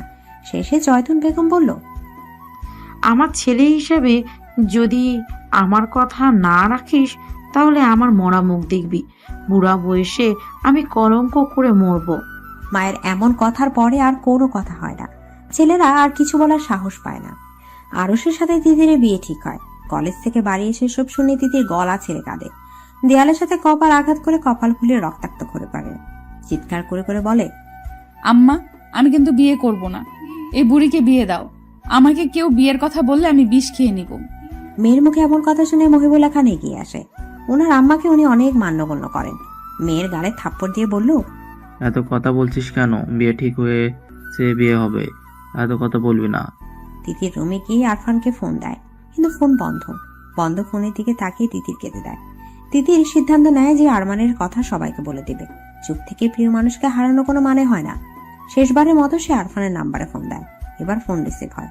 উপাস থেকে আদরে কণ্ঠ ভেসে আসে, সরি সোনা, আমি ক্লাসে ছিলাম। তুমি কতগুলো ফোন দিয়েছো। আমাকে কি খুব বেশি মিস করছে আমার তিতিরটা? আমাকে তো বিয়ে দিয়ে দিচ্ছে। বাচ্চা মেয়েকে বিয়ে করবে কে? সত্যি আপনার বিশ্বাস হচ্ছে না? আরফান এবার চিন্তিত হয়। তিতিরে কান্না ভেজা গলার স্বর কানে লেগেছে। কপালে চামড়া কুচকে আসে। কি হয়েছে তিতির? কাঁদছো কেন? দাদি আমার বিয়ে ঠিক করে ফেলেছে। কার সাথে? আরশ ভাইয়ার সাথে। আরফান রাগে কিরমির করে ওঠে। প্রথম দিন থেকে আরশের দৃষ্টি অন্যরকম ছিল। একটা ছেলে আরেকটা ছেলের চোখের দৃষ্টি বোঝার ক্ষমতা আছে। আরফান আরশের চোখের ভাষা বুঝতে পেরেছে, কিন্তু ভাবেনি ব্যাপারটা এত দূরে এগোবে। তার ইচ্ছা করছে আরশের গালে ঠাড়ি একটা থাপ্পড় দিতে। বেয়াদব লোক। আরফানের চুপ করে থাকতে দেখে তিতির বলল, আপনি কিছু বলুন, আমি কি করব? আপনাকে ছাড়া আর কাউকেই বিয়ে করব না। আর কাউকে বিয়ে করবে কেন? তুমি তো আমাকে বিয়ে করবে, আমার বউ হবে। কেউ মানবে না। তারপর আরফানকে বাড়ির পুরো ঘটনা বিস্তারিত জানায়। সব শুনে আরফান বলল, আমি সব ঠিক করে নেব, তুমি এত ঘাবড়ে যেও না। আমার ভয় হয় আপনাকে না হারিয়ে ফেলি। ধুর পাগল, আমি তোমার আছি, তোমারই থাকবো, একটু হারাবো না। ভীষণ ভালোবাসি। আমি তো জানি আমার তিতির সোনা আমাকে কত ভালোবাসে, আমিও তিতিরকে ভীষণ ভালোবাসি। সে কি জানে? আরফানের উপর তিতিরের ভীষণ বিশ্বাস। সে জানে আরফান থাকতে কোনো বিপদ তাকে ছুঁতে পারবে না। আরফানের এই কথাগুলো তাকে অনেক সুখ দেয়। সে সুখী গলায় বলল, জানে, খুব ভালো করেই জানে। জানলে বিশ্বাস রেখো, তুমি আমার এই কথাটা মনে রেখো। আচ্ছা। আরফান ফোন রেখে ছোট একটা ব্যাগে প্রয়োজনীয় জিনিসপত্র নিয়ে বাড়ির উদ্দেশ্যে বেরিয়ে যায়। তার দাদি জয়তুন বেগমকে সে হাড়ে হাড়ে চেনে। একবার যেহেতু সবাইকে রাজি করিয়ে ছেড়েছে, সুতরাং বিয়ে না করানো পর্যন্ত শান্ত হবে না। শাহাবুদ্দিন খান চুপচাপ বসে আছেন, চোখের দৃষ্টি বেশ গম্ভীর। যে কেউ দেখলে বুঝতে পারবে যে উনি গভীর কোনো চিন্তায় মগ্ন। সালমা রাতের কাজকর্ম সেরে রুমে এসেছে অনেকক্ষণ, কিন্তু স্বামীর কোনো সারা শব্দ পাচ্ছে না। তার সাথে এ পর্যন্ত কোনো কথা বলেনি। সালমা এগিয়ে যায়, কাঁধে হাত রেখে বলল, কি ভাবেন? আম্মা হঠাৎ তিতিরকে কেন আরশের বউ বানাতে যাচ্ছে? সালমা বেগম এই ব্যাপারটা নিয়ে নিজেও ভেবেছেন, কিন্তু শাশুড়ির উপর কথা বলার সাহস কারণে। তার শ্বশুর ইহলোক ত্যাগ করার পরে সবাই তাদের আম্মাকে প্রাণ ভরে মানে। মায়ের উপর কথা বলে না, উনি যা বলে সেই কথাই চূড়ান্ত সিদ্ধান্ত হিসেবে গণ্য করা হয়। শাহাবুদ্দিন বলল, তিতিরের কান্নার শব্দ শুনছো? মেয়েটা বোধহয় এই সিদ্ধান্ত মানতে পারছে না। হ্যাঁ, সারাদিন কান্নাকাটি করেছে, দেওয়ালে মাথা ঠুকে কপাল ফুলিয়ে ফেলেছে। মহিবুল্লার তো মা রোলও। আরশ তো দেখতে শুনতে ভালোই, কিন্তু তিতির এমন পাগলামি করছে কেন? ওর কি কোনো পছন্দ আছে নাকি? বাচ্চা মেয়ে, ওর কি পছন্দ থাকবে? তাছাড়া এমন কোনো ভাবভঙ্গিমা তো দেখিনি। আমাদের মারিয়াও কিন্তু বাচ্চাই ছিল, শান্ত ছিল, কোনো ভাবভঙ্গিমা ছাড়াই মাহমুদকে ভালোবেসেছে। আমরা কি তা টের পেয়েছি? সালমা কথাটা ভাবলেন, কথা সত্যি। মেয়েদের ওপর দেখে কখনো তাকে যাচাই করতে নেই। মহিবুল্লাহ বিছানায় সোজা হয়ে শুয়ে আছে। তানিয়া পাশে বসে বলল, শোনেন, বিয়েটা কি হওয়াই লাগবে? হ্যাঁ। তিতির রাজি না। ও রাজিতে কিছু আসে যায় না। আজকাল মেয়েদের সিদ্ধান্ত ছাড়া বিয়ে দেওয়া তো ভালো না, পরে সংসারে অশান্তি হয়। শোনো আম্মা, যেহেতু বলেছে তাহলে তিতিরের জন্য আরশই ঠিক। আমার মায়ের কোনো সিদ্ধান্ত ভুল হতে পারে না। আপনার কোনো কথা নেই? না, আমিও এই সিদ্ধান্তকে সমর্থন করেছি। তানিয়া দীর্ঘশ্বাস ফেলে চুপ করে থাকে। তিতির এই বিয়েতে রাজি না। উনি ওর আরশের একমাত্র মেয়ে, জামাই করতে চান না, কিন্তু না চাইতেও করতে হবে। উনি যে নিরুপায়। রাত 2টার দিকে তিতিরের মনে হলো তার রুমে কেউ আছে। ড্রিম লাইটের আলো সে দেখতে পায় এক মানব এক দৃষ্টিতে তার দিকে তাকিয়ে আছে। এত রাতে তার রুমে কে আসতে পারে তা ভেবে তিতিরের গলা শুকিয়ে যায়। মনে মনে ভাবে এটা বুঝি আরশ। আরশকে ভেবে তিতির চিৎকার করার প্রস্তুতি নেয়। মানুষটা বুঝেই তিতিরের মনের কথা স্পষ্ট শুনতে পেল, তাই তো তখনই আলতো করে তিতিরের গা ছুঁয়ে দেয়। তিতির চমকে ওঠে। অসময় প্রিয় স্পর্শ পেয়ে অবিশ্বাস্য চোখে তাকিয়ে থাকে। চোখ থেকে ঘুম ঘুম ভাব ছুটে পরিচিত প্রিয় পারফিউমের গন্ধে। বাড়ানো হাতটা আঁকড়ে ধরে নিজেকে বোঝাতে চায় এটা স্বপ্ন না, বাস্তব। আবছা অন্ধকারে আরফানের পরশম ভরা পুরুষালী পেশি বহুল হাতে তিতির পাগলের মতো চুমু দেয়। হাতটা টেনে গালে মিশিয়ে নেয়। তিতিরের কাছে আরফান বলল, পাগল মেয়ে। তিতির সত্যি পাগলের মতো কেঁদে ফেলে। হঠাৎ তিতিরের কান্নায় আরফান বিচলিত হয়। উঠে লাইট জ্বালিয়ে দেয়। তিতির আশ্রাম করে বসে আছে। লাইটের আলোয় আরফান দেখতে পায় ফর্সা গায়ে তিতিরের কপাল, কালচে দাগ, রক্ত আসার কাটা দাগ স্পষ্ট। গোল গোল গালে আঙুলের ছাপ ফুলে উঠেছে। প্রিয়তম চেহারা এমন দাগ দেখে তার বুকটা মুচড়ে ওঠে। দ্রুত তিতিরের কাছে গিয়ে যায়। নরম স্পর্শে তিতিরের কপাল ছুঁয়ে দেয়। গালের ফোলা অংশে হাত বুলিয়ে বলল, এসব কি? বিয়ে দিয়ে দিচ্ছে, তাই রাগে দেওয়ালে আঘাত করেছি। তাই বলে নিজেকে আঘাত করতে হবে? আমি আছি না। আরফান ভীষণ যত্ন নিয়ে তিতিরের আঘাত ছুঁয়ে ছুঁয়ে দেখে। তিতির কিছুক্ষণ চুপ থেকে বলল, ভুল হয়েছে। জীবনে যেমন পরিস্থিতি আসুক না কেন, কখনো নিজেকে আঘাত করার কথা ভাববে না, মনে থাকবে? আর গালের আঘাতটা? আব্বা বিয়ে করবো না বলাতে মেরেছে। আরফান যত্ন আদর দিয়ে তিতির গা ছুঁয়ে দেয়। তারপর লাইট নিভে আস্তে করে দুজন বাড়ি থেকে বেরিয়ে যায়। তিতির বারবার জিজ্ঞেস করে কোথায় যাচ্ছে, কিন্তু আরফান চুপ থাকতে বলে। এত রাতে আসতে গেলেন কেন? আমার প্রেমিকের বিয়ে হয়ে যাচ্ছে, আমি ঢাকায় বসে থাকবো? হোক বিয়ে, তাতে কি? আমাকে মেরে ফেলতে চাস নাকি? যদি মেরে ফেলতে চাস তাহলে বিয়ে করে নে। তিতির হেসে আরফানের হাত আঁকড়ে ধরে। আরফান আবার বলল, তুমি পারবে আমাকে ছেড়ে অন্য কাউকে বিয়ে করতে? আমিও মরে যাব। ইস, একদম আমার আত্মা তুমি। তিতিরের কথা শুনে আরফান হাসে। নদীর তীরে এসে থামার পরে তিতির মুগ্ধ চোখে নদীর দিকে তাকিয়ে থাকে। ভরা জ্যোৎস্নায় নদীর পানি টলমল দৃশ্যমান। আকাশের বিশাল থালার মতো চাঁদ, মাঝে মাঝে ঝিঝি পোকার লুকোচুরি চোখে পড়ছে। তিতির হাসে, বিড়বিড় করে বলল, এত সুন্দর। বাড়িতে যাওয়ার সময় এমন দৃশ্য দেখে ভাবলাম আমার তিতিরকে এই সৌন্দর্য থেকে বঞ্চিত করা ঠিক হবে না, তাই তো তোমাকে নিয়ে আসলাম। মন ভালো লাগছে খুব। দুজনে ঘাটে বাঁধা একটা নৌকায় উঠে বসে। তিতির বলল, নৌকা চালাবে কে? আমি চালাবো। আমি তোমার মাঝি উজান গাঙ্গে বইটা বাইয়া লইয়া যামো শ্বশুর বাড়ি। যদি কন্যা থাকো তুমি রাজি? তিতির সারাদিনের কান্না টেনশন সব ভুলে আরফানের ছন্দ শুনে খিলখিল করে হাসে ওঠে।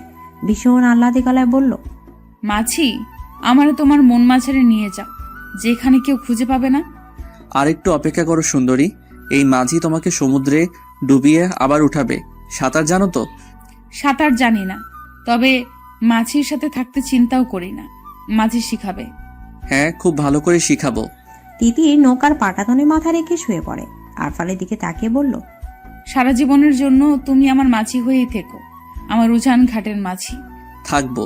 শুনছো চাঁদ, এই মাছি আমার, শুধু আমার। তুমি সাক্ষী থাকলে কিন্তু। তিতির তারা ভরা আকাশের দিকে তাকিয়ে মুগ্ধ হয়। এত সুন্দর রাতের আকাশে আগে কখনো দেখেনি, কিংবা কখনো এর রূপ উপভোগ করার চেষ্টাও করেনি। আজকে এমন মধুর রাত উপভোগ করানোর জন্য সে আরফানের উপর কৃতজ্ঞ। মাছ নদীতে যাওয়ার পরে আরফান নৌকার বইটা তুলে নেয়। ধীর পায়ে এগিয়ে তিতিরের কাছে যায়।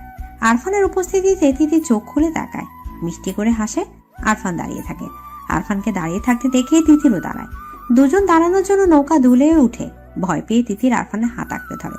আরফান হেসে তিতিরকে কাছে টেনে নেয়। সহাস্য গলায় কৌতুক করে বলল, মাঝিকে সারা জীবনের জন্য চাও, আবার নৌকার সামান্য দোলায় ভয় পাও। এমন হলে তো হবে না অসুন্দরী। হবে হবে, এই সুন্দরের জন্য সব হবে। রাতের জোরালো হাওয়ায় নৌকা আপনা আপনি চলছে। তিতির সামনের দিকে তাকিয়ে বলল, টাইটানিক ছবিটা দেখেছো? অনেকবার। কতবার দেখেছি তার হিসাব নেই। জাহাজে রোজ আর জ্যাক যেমন পাখি হয়েছিল, চলো না তেমন পাখি হই। নিঝুম রাত, ঝিঝি পোকার ঝিঝি ডাক ব্যতীত আর কোনো শব্দ নেই। চারপাশ স্তব্ধ হয়ে আছে। আকাশে চাঁদ তারা মিটিমিটি হেসে যেন তাদের ভালোবাসা দেখছে। এমন মধুর পরিবেশে যদি প্রিয়তমা পাশে থাকে, তাহলে আরফান ঠিক থাকে কি করে? কোনো শ্রাদ্রব্য সেবন না করে তিতির নেশায় আচ্ছন্ন হয়। নিজেকে হারাতে ইচ্ছা করে ছোট তিতিরের মাঝে। বেসামাল ইচ্ছেরা আশকারা দেয়। তার এমন দিশেরা অবস্থায় তিতির যখন আবদার করে সে রোজ আর জ্যাকের মতো পাখি হতে যায়, তখন আরফানের ইচ্ছা করে জ্যাকের মতো রোজকে আদর করতে, একটু ছন্ন ছাড়া হতে। আরফান নিজেকে শান্ত করতে জোরে নিঃশ্বাস ফেলে। তিতির আরফানের শান্ত অথচ চঞ্চল চোখের দিকে তাকায়। তার বুকের খাঁচার হৃৎপিণ্ডটা বেসামাল ভাবে লাফাচ্ছে। আরফানকে খুব ভালোবাসতে ইচ্ছা করছে। পাগলের মতো আরফানের বুকে লেপ্টে থাকতে ইচ্ছা করছে। তিতির খুব ভালো করে জানে এই ভাবনাগুলো ভাবা অন্যায়, কিন্তু তার অবাধ্য পাগলাতে মন এগুলো ভাবছে। নিঝুম রাতে প্রিয় মানুষের আঙুলের মৃদু ছোঁয়া তার বুক কাঁপিয়ে দিচ্ছে। আরফানের এমন শান্ত চোখের দৃষ্টি তাকে আরো পাগল করে দিচ্ছে। আরফানের গায়ের ভীষণ পরিচিত গ্রামটা এত ভালো লাগছে। আরফান হাসে, হাতে দিয়ে তিতিরের দুহাত আঁকড়ে ধরে পাখির মতো ডানা মেলে। দুজন চোখ বন্ধ করে রাখে। খোলা নদীর উত্তাল বাতাসে কপত কপতিকে নিবিড় ভাবে ছুঁয়ে যায়। আরফান তিতিরের কানের কাছে মুখ নিয়ে ফিসফিস করে বলল, ভালো লাগছে? ভীষণ। আরফান তিতিরের দিকে তাকিয়ে থাকে। তিতির আরফানের বুকে পিঠ লাগিয়ে সামনে তাকিয়ে চোখ বন্ধ করেছিল, কিন্তু হঠাৎ অনুভব করে গলার ঠোঁটের স্পর্শ। তিতিরের সর্বাঙ্গ কেঁপে ওঠে। অবশ হয়ে আসতে চায় হাত পা। সে চোখ খুলে তাকায়, মাথা ঘুরিয়ে আরফানের দিকে তাকায়। আরফানকে তখন অন্যরকম লাগছিল, নেশায় আচ্ছন্ন হয়েছিল। দুজনের চোখে চোখে কথা হয়। আরফান টুপ করে তিতিরের ঠোঁট স্পর্শ করে বলল, ভালোবাসি। তিতির এক দৃষ্টিতে তাকিয়ে আছে। তিতিরের চোখের ভাষায় কিছু ছিল যা আরফানের বুক কাঁপিয়ে দিল। মাঝ নদীতে এক গভীর চুম্বনের সূচনা হলো। উন্মাদ হয়ে গেল দুজন। কিছুক্ষণ পর আরফান শক্ত করে তিতিরকে আঁকড়ে ধরে ফিসফিস করে বলল, আমি সবাইকে মানিয়ে জলদি বিয়ে করে নেব, প্রমিস। তুমি খুব দুষ্টু, আমি তোমাকে বিয়ে করব না। কাকে করবে? আরশকে? না, তোমাকে। নৌকার পাটাতনে দুজন শুয়ে আকাশের দিকে তাকিয়ে থাকে। চাঁদটা কেমন ঝলঝল করছে। তিতিরে মনে হলো একটু আগে তাদের ভালোবাসার সাক্ষী হয়ে চাঁদ হাসছে। সে লজ্জা পায়, আরফানকে জড়িয়ে ধরে। কি হলো? চাঁদ সব দেখে নিয়েছে। তিতিরের কথায় আরফান হো হো করে হেসে ওঠে। এই মেয়েটা কাছে থাকলে দুনিয়া তো সুখী লাগে। সে তিতিরের কপালে ভালোবাসার স্পর্শ এঁকে দেয়। চাঁদকে সাক্ষী রেখে মাঝিকে পার্মানেন্ট করেছো। চাঁদকে সাক্ষী রেখেই মাঝির আদরে আদুরে বলে, তুমি আমার মাছি। আজকে আমার তিতির আমাকে তুমি করে বলছে। মাছি তো খুব দুষ্টু।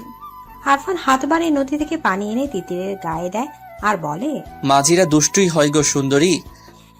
গভীর রাত, সবাই ঘুমালেও মারিয়ার চোখের তারায় যেন ঘুম দেখা নেই।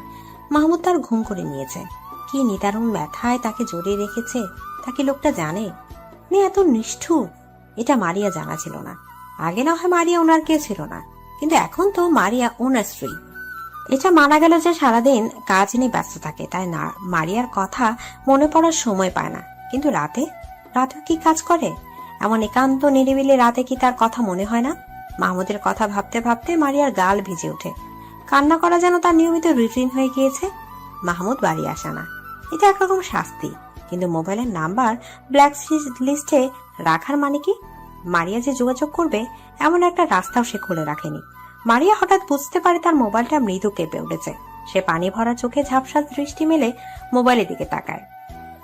এত রাতে কে ফোন দিবে? মাহমুদের কল দেখে আনন্দে মারিয়ার দম বন্ধ হয়ে যায়। কাপা কাপা হাতে ফোন রিসিভ করতে গেলেই তা কেটে যায়। মারিয়া হতভম্ব হয়ে তাকিয়ে থাকে।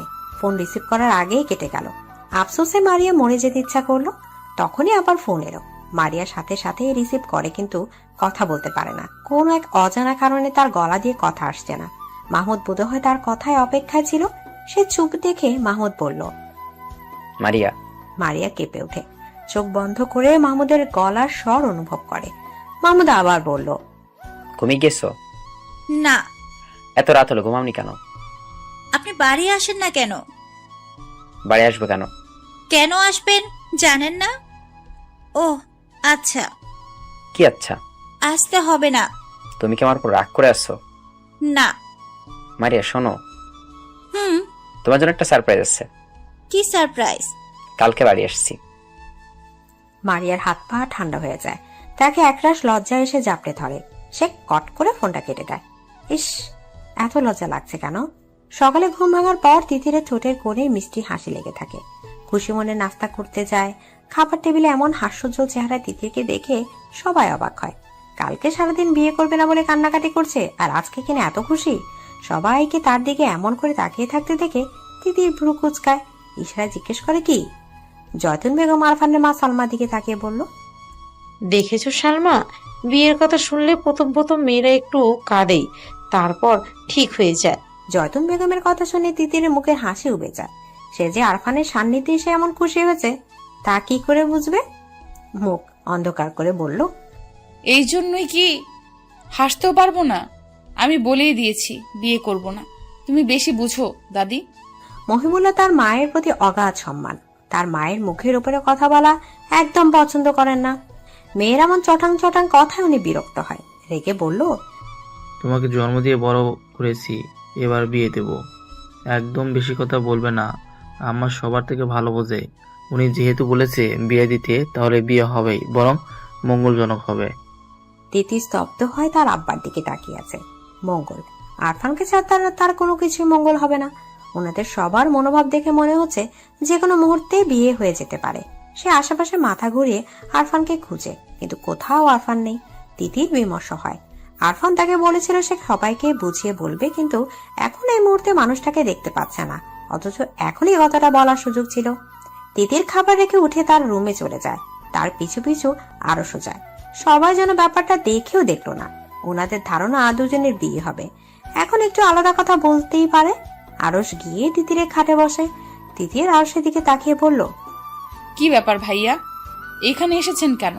হবু বউয়ের কাছে আসতে সমস্যা কি? আপনার হবু বউকে? তুমি? আমি আপনাকে বিয়ে করব না, এই আশায় ঘুম নষ্ট করবেন না। না, এখন তো মন ভরে ঘুমাচ্ছি, বিয়ের পরে ঘুমের ব্যাঘাত ঘটাবো।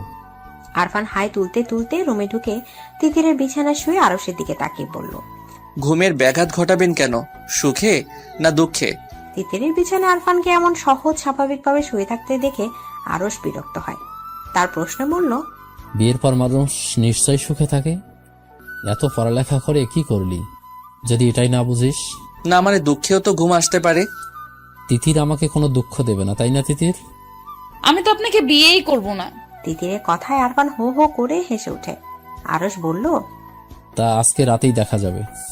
আরশের কথায় দুজনেই চমকে যায়। তিতির বলল, মানে? বলা বারণ, সময় মতো জানতে পারবে। আরশ চলে গেল। তিতির স্তব্ধ হয়ে তাকিয়ে থাকে। আরফান হাতের ইশারায় তিতিরকে চুমু দিয়ে বলল, নো চাপ বেবি, मैं हूं ना। তিতির হাসে। আরফান উঠে বেরিয়ে যায়। যাওয়ার আগে তিতিরে কপালে পড়ে থাকা চুলগুলোতে ফু দিয়ে আরো এলোমেলো করে দিয়ে বলে, তুমি আমাকে বিয়ের প্রস্তুতি নাও, দেখা যাবে যে কোনো মুহূর্তে এসে বলবো কবুল বলো তিতির। আরফানের পাগলামিতে তিতির হাসে। আরশের পক্ষে যদি বাড়ির সবাই থাকে তাহলে আরফানের পক্ষে শুধুমাত্র সে থাকবে, আর তার ধীর বিশ্বাস যে আরফান তাকে নিজের করে নিতে পারবে। দুপুর হতে হতে আরফান আর তিতির এটা বুঝতে পারে যে আরশের সাথে আজকে বিয়ে হয়ে যাবে। আরফান হাসে। সন্ধ্যা নাগাদ সবার অগোচরে তিতিরকে নিয়ে বেরিয়ে যায়। ঘন্টাখানেক পর দুজন ফিরে আসে। বাড়িতে ততক্ষণে হট্টগোল পড়ে গিয়েছে। শাহাবুদ্দিন আরফানের সামনে দাঁড়িয়ে বলল, কোথায় গিয়েছিলি? আমরা বিয়ে করেছি আব্বা। তিতির সুখ নাকি দুঃখ কোনটা অনুভব করছে সেটা তার বোধগম্য হচ্ছে না। তার শরীর মৃদু কাঁপছে। আরফানের হঠাৎ সিদ্ধান্তে সে তৎক্ষণাৎ ভাবনায় পড়ে গিয়েছিল। সবাইকে না জানিয়ে বিয়ের মতো এমন গুরুত্বপূর্ণ সিদ্ধান্ত একা নেয়া কি যে সে কথা? কিন্তু তার আরফানের দিকে তাকিয়ে মনে হলো এখন এই মুহূর্তে সে সায় না জানায় তাহলে সারা জীবনের জন্য প্রিয় মানুষকে হারিয়ে অপ্রিয় মানুষের বুকের অনিচ্ছা যেতে হবে। গুমড়ে কেঁদে মরতে হবে আজীবন। তিতি চোখ বন্ধ করে সিদ্ধান্ত নেয়। আরফান তো বাইরে কোনো ছেলে না, সবার চেনা জানা নিজেদের ছেলে। হয়তো প্রথমে একটু ঝামেলা হবে, কিন্তু পরে তো সব ঠিক হয়ে যাবে। কিন্তু এখন যদি সবার ভয়ে তার দিকে আরফানের বাড়িতে দেয়া হাতটা শক্ত করে না ধরে, তাহলে এই মানুষটাকে সারা জীবনের জন্য হারাতে হবে। এটা তিতির কখনোই মানতে পারবে না। তাছাড়া তার ভালোবাসা কি এতই ঠুনকো নাকি যে হাত ছেড়ে দেবে? সবার রুদ্র মূর্তি দেখে তিতিরের বুকটা ধরাস ধরাস করে কেঁপে ওঠে। সে আরফানের পেছনে গিয়ে দাঁড়ায়। সবকিছু আরফানই মোকাবেলা করবে। আরফান তার সদ্য বিবাহিত স্ত্রীর দিকে তাকে বুঝতে পারে তিতির ভয় পাচ্ছে। সে সবার অগোচরে হাতের মৃদু চাপে তাকে আশ্বস্ত করে দেয়। তিতির আরফানের পিঠের কাছের শার্ট শক্ত করে ধরে। শাহাবুদ্দিন খান আরফানের দিকে শক্ত চোখে তাকিয়ে আছে।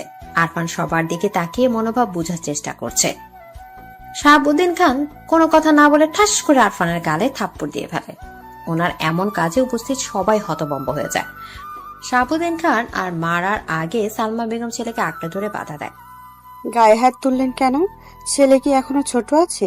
যা বলার মুখে বললেন। তুমি সামনে দাঁড়িয়েছো কেন? ওকে কথা বলতে দাও। সালমা বেগম সরে দাঁড়ান। আরফান মাথা নিচু করে দাঁড়িয়ে আছে। আরফানের এখনো বিশ্বাস হচ্ছে না সে তার আব্বা তাকে মেরেছে। তার মুখের থমথম ভাব পেছনে দাঁড়ানো তিথির টের পায়।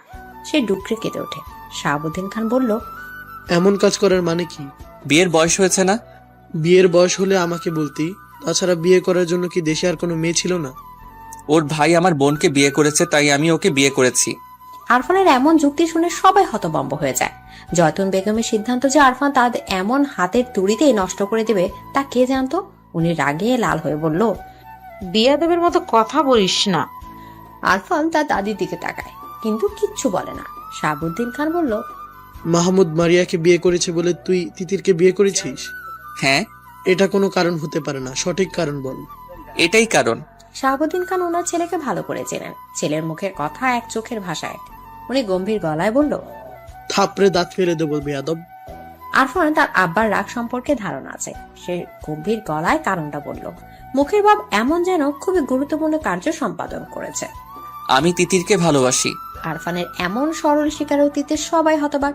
সে কিরকম প্রতিক্রিয়া দেবে সেটাই বুঝে উঠতে পারছে না। আরফান আর তিতিরের মাঝেও যে এমন সম্পর্ক থাকতে পারে তা বোধ হয় কারো মাথায় ছিল না। সবাই যখন আশ্চর্য হয়ে কথা বলার ভাষা হারিয়ে নির্বাক। তখন শাহাবুদ্দিন খান স্বাভাবিক যেন উনি এই ব্যাপারে সম্পূর্ণ জানতেন। ভালোবাসি সেটা বললেই হতো, এমন কাজ করার দরকার কি? বলার সুযোগ ছিল নাকি? তার আগেই যে বিয়ে দিয়ে দিচ্ছেন। আর তিতিরকে বিয়ে দেওয়ার ব্যাপারটা কি আমি বসে বসে দেখব? তাই বলে হুম। তুই তিতিরকে জোর করে বিয়ে করেছিস?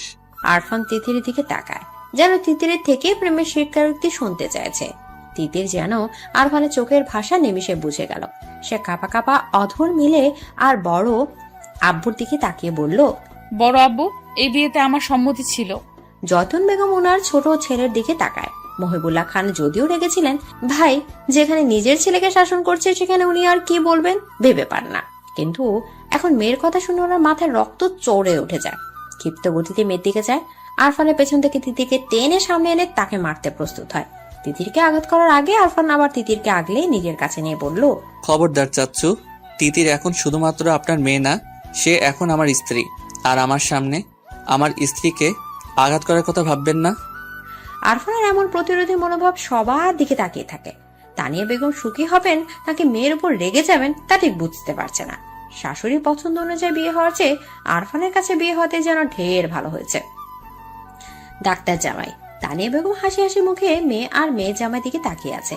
এই যে আরফান ওনার মেয়েকে আগলে রেখে ওনার স্বামীর আঘাত থেকে রক্ষা করলো, এই ব্যাপারটা দেখেই উনি আরফানের পক্ষে চলে গেলেন। কজন স্বামী নিজের স্ত্রী কিভাবে আগলে রাখে। আরস পরিস্থিতি দেখে যদিও কষ্ট পেয়েছে, কিন্তু এখন শত কথা কাটাকাটি মারামারি করলে কি আর তিতির তার হবে? হবে না। তাই সংসারে অশান্তি করার কোনো মানেই হয় না। সে তার আম্মাকে কোনো কথা বলতে নিষেধ করলো। যদি উনি কথা বলতে চাচ্ছিলেন, আরস তার বড় মামার দিকে তাকিয়ে বলল, মামা, যা হওয়ার হয়েছে, এখন এসব নিয়ে আর কথা বাড়িয়ে লাভ কি? মানুষ শুনলে আরো কথা বাড়বে। এর চেয়ে বরং মেনে নিন, এটাই ভালো। নিজেদের মতামত জানিয়ে এসব করা উচিত ছিল। আমরা মেনে নিলে এমন চোরের মতো বিয়ে করতে হতো না। আরফান আর তিতির চুপ করে থাকে। ওদের এমন চুপ করে থাকতে দেখে যেন শাহাবুদ্দিনের রাগ হু হু করে বাড়ে। বেয়াদব দুটো, কথা বলিস না কোনো। নির্লজ্জের মতো কাজ করে এখন চুপ করে আছিস, যা রুমে যা। আরফান হাসে। তিতিরের হাত ধরে তাকে রুমের দিকে নিয়ে যেতে যায়। তার কাছ থেকে শাহাবুদ্দিন খান বলল, এই বেয়াদব, ওকে কোথায় নিয়ে যাচ্ছিস?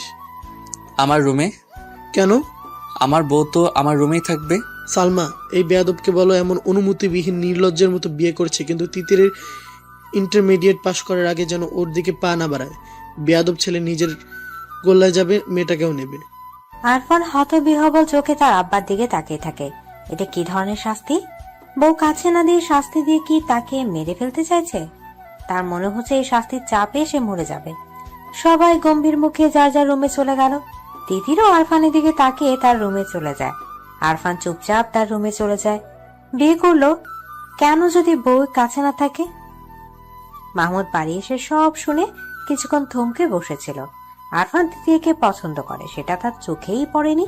সে মূলত আজকে আরও সাথে তিতিরের বিয়ে এই উপলক্ষে এসেছিল। বাড়ি এসে শুনে বিয়ে ঠিকই হয়েছে, কিন্তু পাত্র বদলে গিয়েছে। সে খাওয়া দাওয়া করে রুমে যায়। রুমে যাওয়ার সাথে সাথে মেয়েলির সুভাষ নাকে আসে, আর তাতেই বুকের ভেতরটা কেমন ধিম ধিম তালে জানিয়ে দেয় এই রুমে তার প্রিয়তমা থাকে। মারিয়া বারান্দায় দাঁড়িয়ে আছে। মাহমুদের সামনে যেতে তার লজ্জা লাগছে। মাহমুদ মারিয়ার কাছে এসে দাঁড়ায়। মাহমুদের উপস্থিতি টের পেয়ে সে কেঁপে ওঠে, নিঃশ্বাস বন্ধ করে দাঁড়িয়ে থাকে। মাহমুদ চুপচাপ মারিয়ার গায়ের মৃদু শিহরণ দেখে। কিছুক্ষণ পর বলল, কি ব্যাপার, ভালো আছো? মারিয়া হাসি মুখে মাহমুদের দিকে তাকায়। তার অধিকাঙ্ক্ষিত পুরুষ তার দিকে কেমন হাসি হাসি চেহারা নিয়ে তাকিয়ে আছে। মাহমুদ মারিয়াকে কিছু বলতে না দেখে বলল, চুপ করে থাকলে কি আবার চলে যাব, সেটাই চাইছো নাকি? মারিয়ার চোখে পানি চলে আসে। চলে যাবে? কত কান্না! আল্লাহ দরবারে ফরিয়াদ করেছে যেন মাহমুদ ফিরে আসে। ফিরে এসেছে, কিন্তু এখন আবার চলে যাওয়ার হুমকি দিচ্ছে কেন? মারিয়ার কান্না ভেজা মুখের দিকে তাকিয়ে মাহমুদ বলল, আজ যাব না। আপনি আমাকে এমন যন্ত্রণাদায়ক শাস্তি দিচ্ছেন কেন? তুমি তোমাকে শাস্তি দিয়েছো। কিভাবে? নিজেকে শেষ করে দিতে চেয়েছো। এর থেকে বড় শাস্তি আর কি হতে পারে? মারিয়া অবাক হয়ে মাহমুদের দিকে তাকিয়ে আছে। মাহমুদ হেসে বলল, ভালোবাসি। মারিয়া লজ্জা পায়। লাজুক হেসে রুমে চলে যায়। সেদিকে তাকিয়ে মাহমুদ বলল, রুমে গেলে তো আর লজ্জা পাবে, লজ্জাবতী বউ। মাহমুদ রুমে যায় না, নিজেকে প্রস্তুত করে মারিয়াকে প্রস্তুত হতে সময় দেয়। সত্যি বলতে তার লজ্জা লাগছে, বিয়ে করা বউয়ের কাছে যেতে এত লজ্জা লাগছে। তা থেকে আকাশের ক্ষয়ে যাওয়া চাঁদ মিটিমিটি হাসে, সেই হাসির সাথে মাহমুদেরও হাসি প্রশস্ত হয়। রাত 12টা। তিতিরের সাথে তানিয়া আক্তার ঘুমোতে এসেছে। এই ঘুমানোর হুকুম ওনার ভাসুরের দেয়া। আরো একটি হুকুম জারি হয়েছে, তা হলো আগামী 1 বছর আরফান বাড়িতে আসতে পারবে না। আরফান চুপচাপ তাদের সায় জানিয়েছে। এসব ভাবতে ভাবতে তিতিরের মোবাইলের আলো জ্বলে ওঠে। আরফানের নাম্বার দেখে তিতির তার মায়ের দিকে তাকায়। তানিয়া বেগম এতক্ষণে মেয়েকে হাজারো প্রশ্ন করে জর্জরিত করে ফেলেছে। মোবাইলে আলো দেখে বলল, ফারহান ফোন দিয়েছে তাই না? ভাইজান তোদের ভালোর জন্যই এসব বলেছে, কিন্তু যা আজকে কথা বল। তিতির হাসি মুখে বারান্দায় চলে যায়। মোবাইল রিসিভ করে বলল, এত রাতে কি চাই? আকাশে এত সুন্দর চাঁদ, অথচ আমি চাঁদহীন। এই নিষ্ঠুর পৃথিবীতে বাঁচতে চাই না। আমাকে বাঁচাতে চাইলে এখনই আমার বউ চাই। তিতির খিলখিল করে হাসে। আরফান বলল, হেসো না সুন্দরী, আমার বুকে আগ্নেয়গিরি লাভা ফুটছে আর তুমি হাসছো। আমার কি করা উচিত? আমার দুঃখে তোমার দুঃখী হওয়া উচিত। আফটার অল কাছে থাকলে আমার মতো একটা চকলেট বয় পেতে, এখন তার পাচ্ছ না, সেই দুঃখে দুঃখী হও। তিতির আরফানের মন খারাপের আবহাওয়া ঠিক টের পায়। তারও যে খারাপ লাগছে না তা নয়, তারও খারাপ লাগছে, ছটফট করছে বুকের ভেতরটা। সে আস্তে করে বলল, আচ্ছা আব্বা, এটা একটা কাজ করলেন বলো? বিয়ে করেছি অথচ বউ কাছে নেই, আজব। বিয়ে করলেই বউ কাছে থাকতে হবে? 100% থাকতে হবে। বিয়ে করার পরেও যদি বউয়ের বদলে কোলবালিশ বুকে নিয়ে থাকতে হয়, তাহলে কিভাবে হবে? এই শোকে যদি আমি শুকিয়ে মরে যাই, তার দায়ভার কে নিবে? তুমি? বিয়ে করে ফায়দা কি হলো ভাই? আমি সারা জীবনের জন্য আপনার হয়ে গেলাম, এটাই লাভ। হ্যাঁ বুঝেছি। সেটাই কি যথেষ্ট না? যথেষ্ট। তাহলে আর কি? আমার যে বিয়ে বিয়ে ফিলিংস আসছে না, এর জন্য বউ চাই? হ্যাঁ, বিয়ের পরে বউকে জড়িয়ে ধরতে না পারলে, আদর করতে না পারলে কি করে মনকে বোঝাবো যে আমার একটা নাদুস নুদুস বউ আছে? মাহমুদ আর মারিয়াও তো আমাদের বয়সী, ওরা তো একসাথে থাকছে, তাহলে আমরা কি অপরাধ করেছি? সেটা আপনার আব্বাকে বোঝান। আরফানের ভীষণ রাগ হলো। মেয়েটা কি তার অব্যক্ত কথাটা বুঝতে পারছে না? সে ফোন কেটে দিল। তারপর চুপচাপ রুমে চলে গেল। কালকে ঠিকই সে ঢাকা চলে যাবে। এই মেয়ে স্বামীর কথা বোঝে না, বোকা। সকালে তিতির সোফায় বসে মোবাইল দেখছিল, তখন আরফান তার পছন্দের আইসক্রিম এনে তার সামনে বাড়িয়ে দেয়। তিতির প্রচন্ড খুশি হয়। খুশির ঠেলায় মনে মনে আরফানের নাকের ডগায় চুমো খায়। হাত বাড়িয়ে বক্স ধরতে গেলে আরফান সরে যায়। তার পাশে বসে আয়েশ করে আইসক্রিম খেতে আরম্ভ করে। আরফানের এমন কাজে তিতির আশ্চর্য হয়ে তার দিকে তাকিয়ে থাকে। প্রিয় জিনিস না দেওয়াতে এত রাগ লাগছে। আরফান আইসক্রিম খেতে খেতে বলল, কেমন লাগে আপু? একটু দেন না। একটু না, তোর খাটাস বড় বাবা আমাকে বউ থেকে বঞ্চিত করেছে। বিয়ে করার পরেও আমাকে সিঙ্গেল রাত পার করতে দিয়েছে। তুই কি ভেবেছিস আমি তোকে খেতে দেব? কখনো না। প্রিয় জিনিস কাছে থাকার পরেও না ছুতে পারা, না খেতে পারার কষ্ট কি হতে পারে এবার বোঝ। আপনি আমায় গাধা, সেটা তো কথার কথা বলেছি। তিতির আরফানের কথা বিশ্বাস করলো না। সে আরফানের আইসক্রিম খাওয়ার দিকে তাকিয়ে ছুটে রুমে চলে যায়। মনে মনে ভাবে, জামাই কি এমন লাগামহীন হয়? উফ। জয়তুন বেগম মুখ ভার করে বসে আছে। আরফান ওনার মনোবাসনা এমন এক তুড়িতে যে নষ্ট করে দেবে তা উনি কল্পনা করেনি। ওনার কথার অবদ্ধ হওয়ার সাহস কি করে হলো? ছেলেটা এত বেয়াদব তা আগে কখনোই চোখে পড়েনি। নাতির সামান্য আবদার রাখতে না পারার কষ্টে মুখ ভার করে সোফায় বসে আছে। এ বাড়ির ছেলে মেয়েগুলো এত খারাপ, একটা আরেকটার সাথে প্রেমে মশগুল হয়ে গেছে। মান সম্মান পুরো শেষ।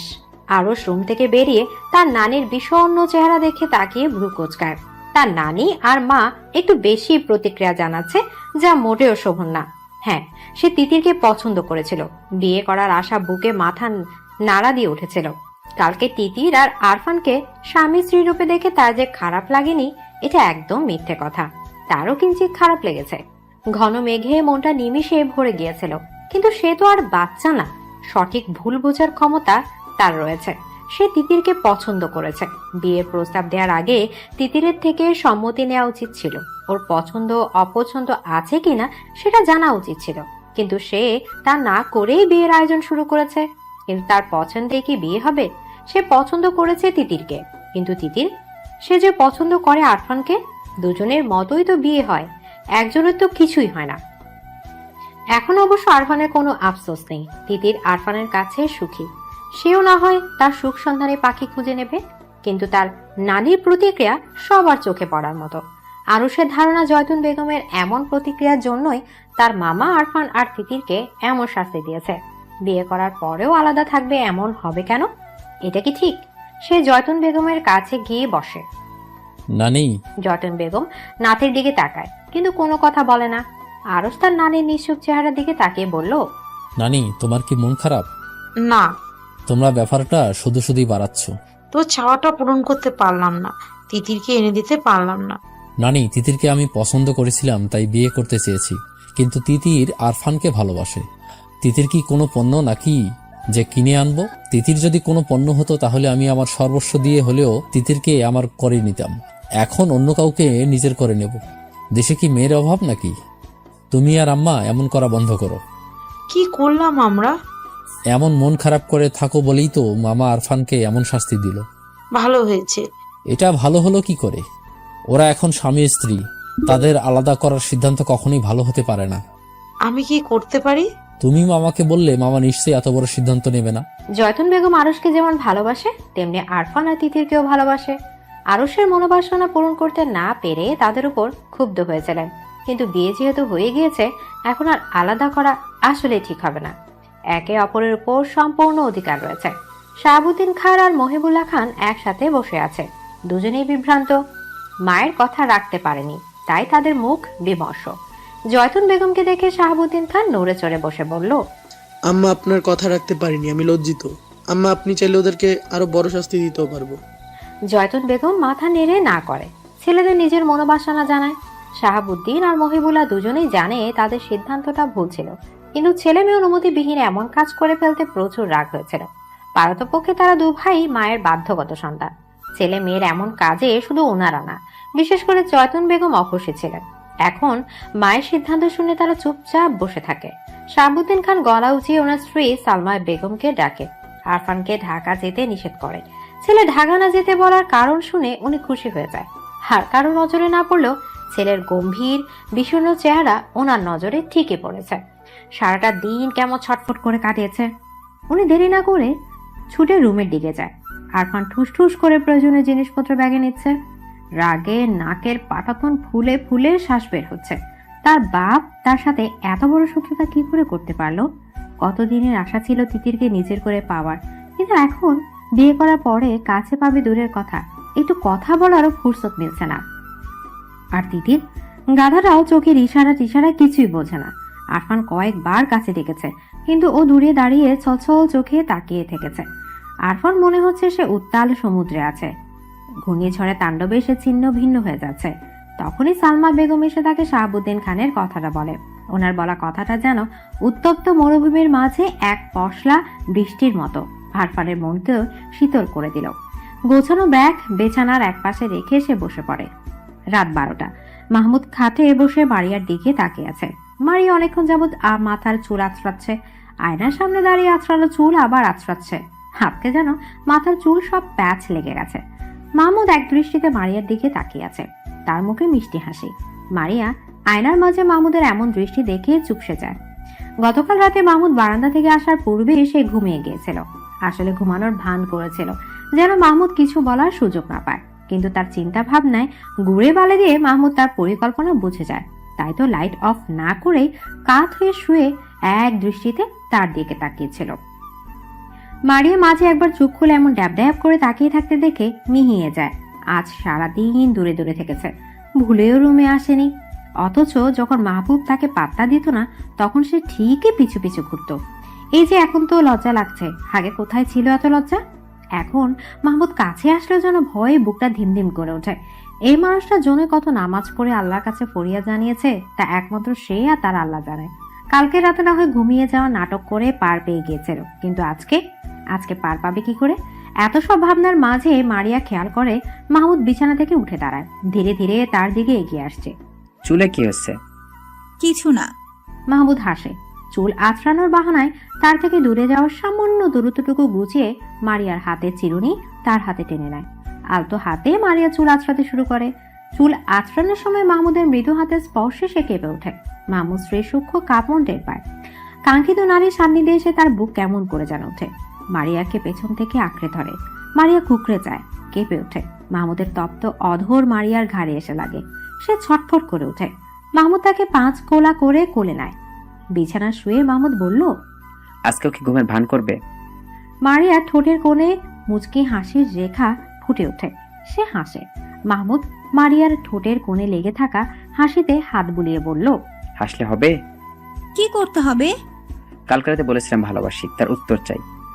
মারিয়া মনে মনে শতবার মাহমুদকে ভালোবাসে বলতে পারলেও কেন জানে মুখে বলতে পারছে না। বলতে হবে? অবশ্যই। লজ্জা লাগে। আগে পিছু পিছু ঘুরতে আর বলতে এখন আমি তোমার বর, এখন বলতে লজ্জা লাগে? মারিয়ার সত্যি আগের মাহমুদকে দেখলে এত লজ্জা লাগতো না, এখন যত লজ্জা লাগে। সে আবারও মুচকি হাসে। মাহমুদ তার দিকে ভীষণ মায়া চোখে তাকায়। বলো না, বলো। এত মায়াবী আবতার ফেরানো যায়?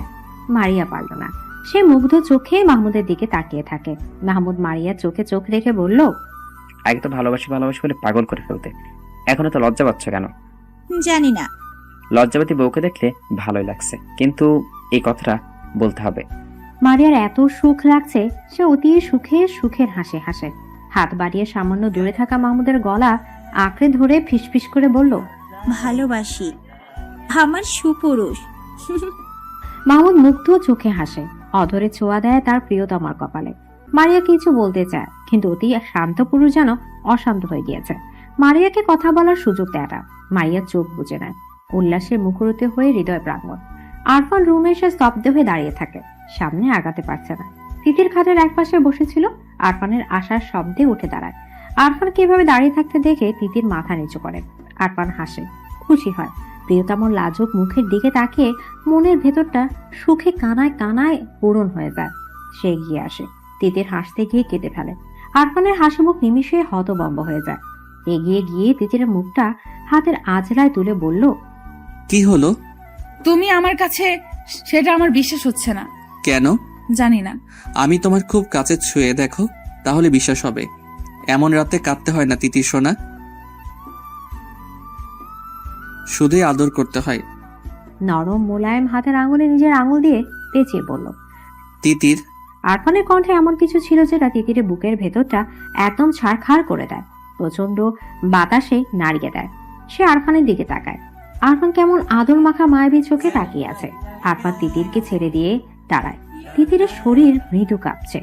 আরফানের চোখে তার সবই পরিলক্ষিত হয়। সে তিতিরের হাত ধরে বলল, আমার তিতির পাখি, আমি তোমার মাঝি হই, কথা দিচ্ছি সারা জীবন এর থেকেও বেশি ভালোবাসবো। তিতির মাথা নাড়ে। আরফান আর তিতির কেমন ঘোরঘোলা এক চোখের দৃষ্টিতে তাকিয়ে থাকে। তারপর একে অপরের জড়িয়ে ধরে। আরফান আধো আধো কথায় তিতির খিলখিল করে হাসে। আরফান পরম মমতায় বিবাহিত স্ত্রীর কপালে ভালোবাসার স্পর্শ দেয়। দুজনের মনে ভালোবাসার উচ্ছ্বাস কাঙ্ক্ষিত মানুষকে কাছে পেয়ে সমুদ্রের গর্জন হৃদয়ে বাজে। আরফান তিতিরকে পাখির মতো উঠতে দেয়। তিতির আরফানের গালে ভালোবাসার ছোঁয়া দিয়ে বলল, তুমি আমার উজান ঘাটের মাঝি, আমার মাঝি। আরফান হাসে। ভালোবাসে তার প্রিয়তমাকে অনেক অনেক বেশি। নিঝুম নিস্তব্ধ রাত, চারিদিকে ঘুটে ঘুটে অন্ধকারের চারপাশ চেয়ে আছে। রাতের দুটো পাখি জোড়ায় জোড়ায় উড়ে যায়। নিঝুম রাত দুই রুমে সার্থক কপত কপতিরা একসাথে সারা জীবন কাটানোর প্রতিজ্ঞা করে। ভালোবাসার জোয়ারে ভেসে যাওয়ার চেষ্টা করে। সব ভালোবাসা এমন পূর্ণতা পাক, শত বাধা অতিক্রম করার সাহস হোক। আরফান তিতির মাহমুদ মারিয়ার মতো সবাই পূর্ণতা পাক। কি রে অদিতি, ওই ছেলেটা আবার তোকে দেখছে? ও পিচিটার সাহস তো কম না। চুপ কর রিমঝিম।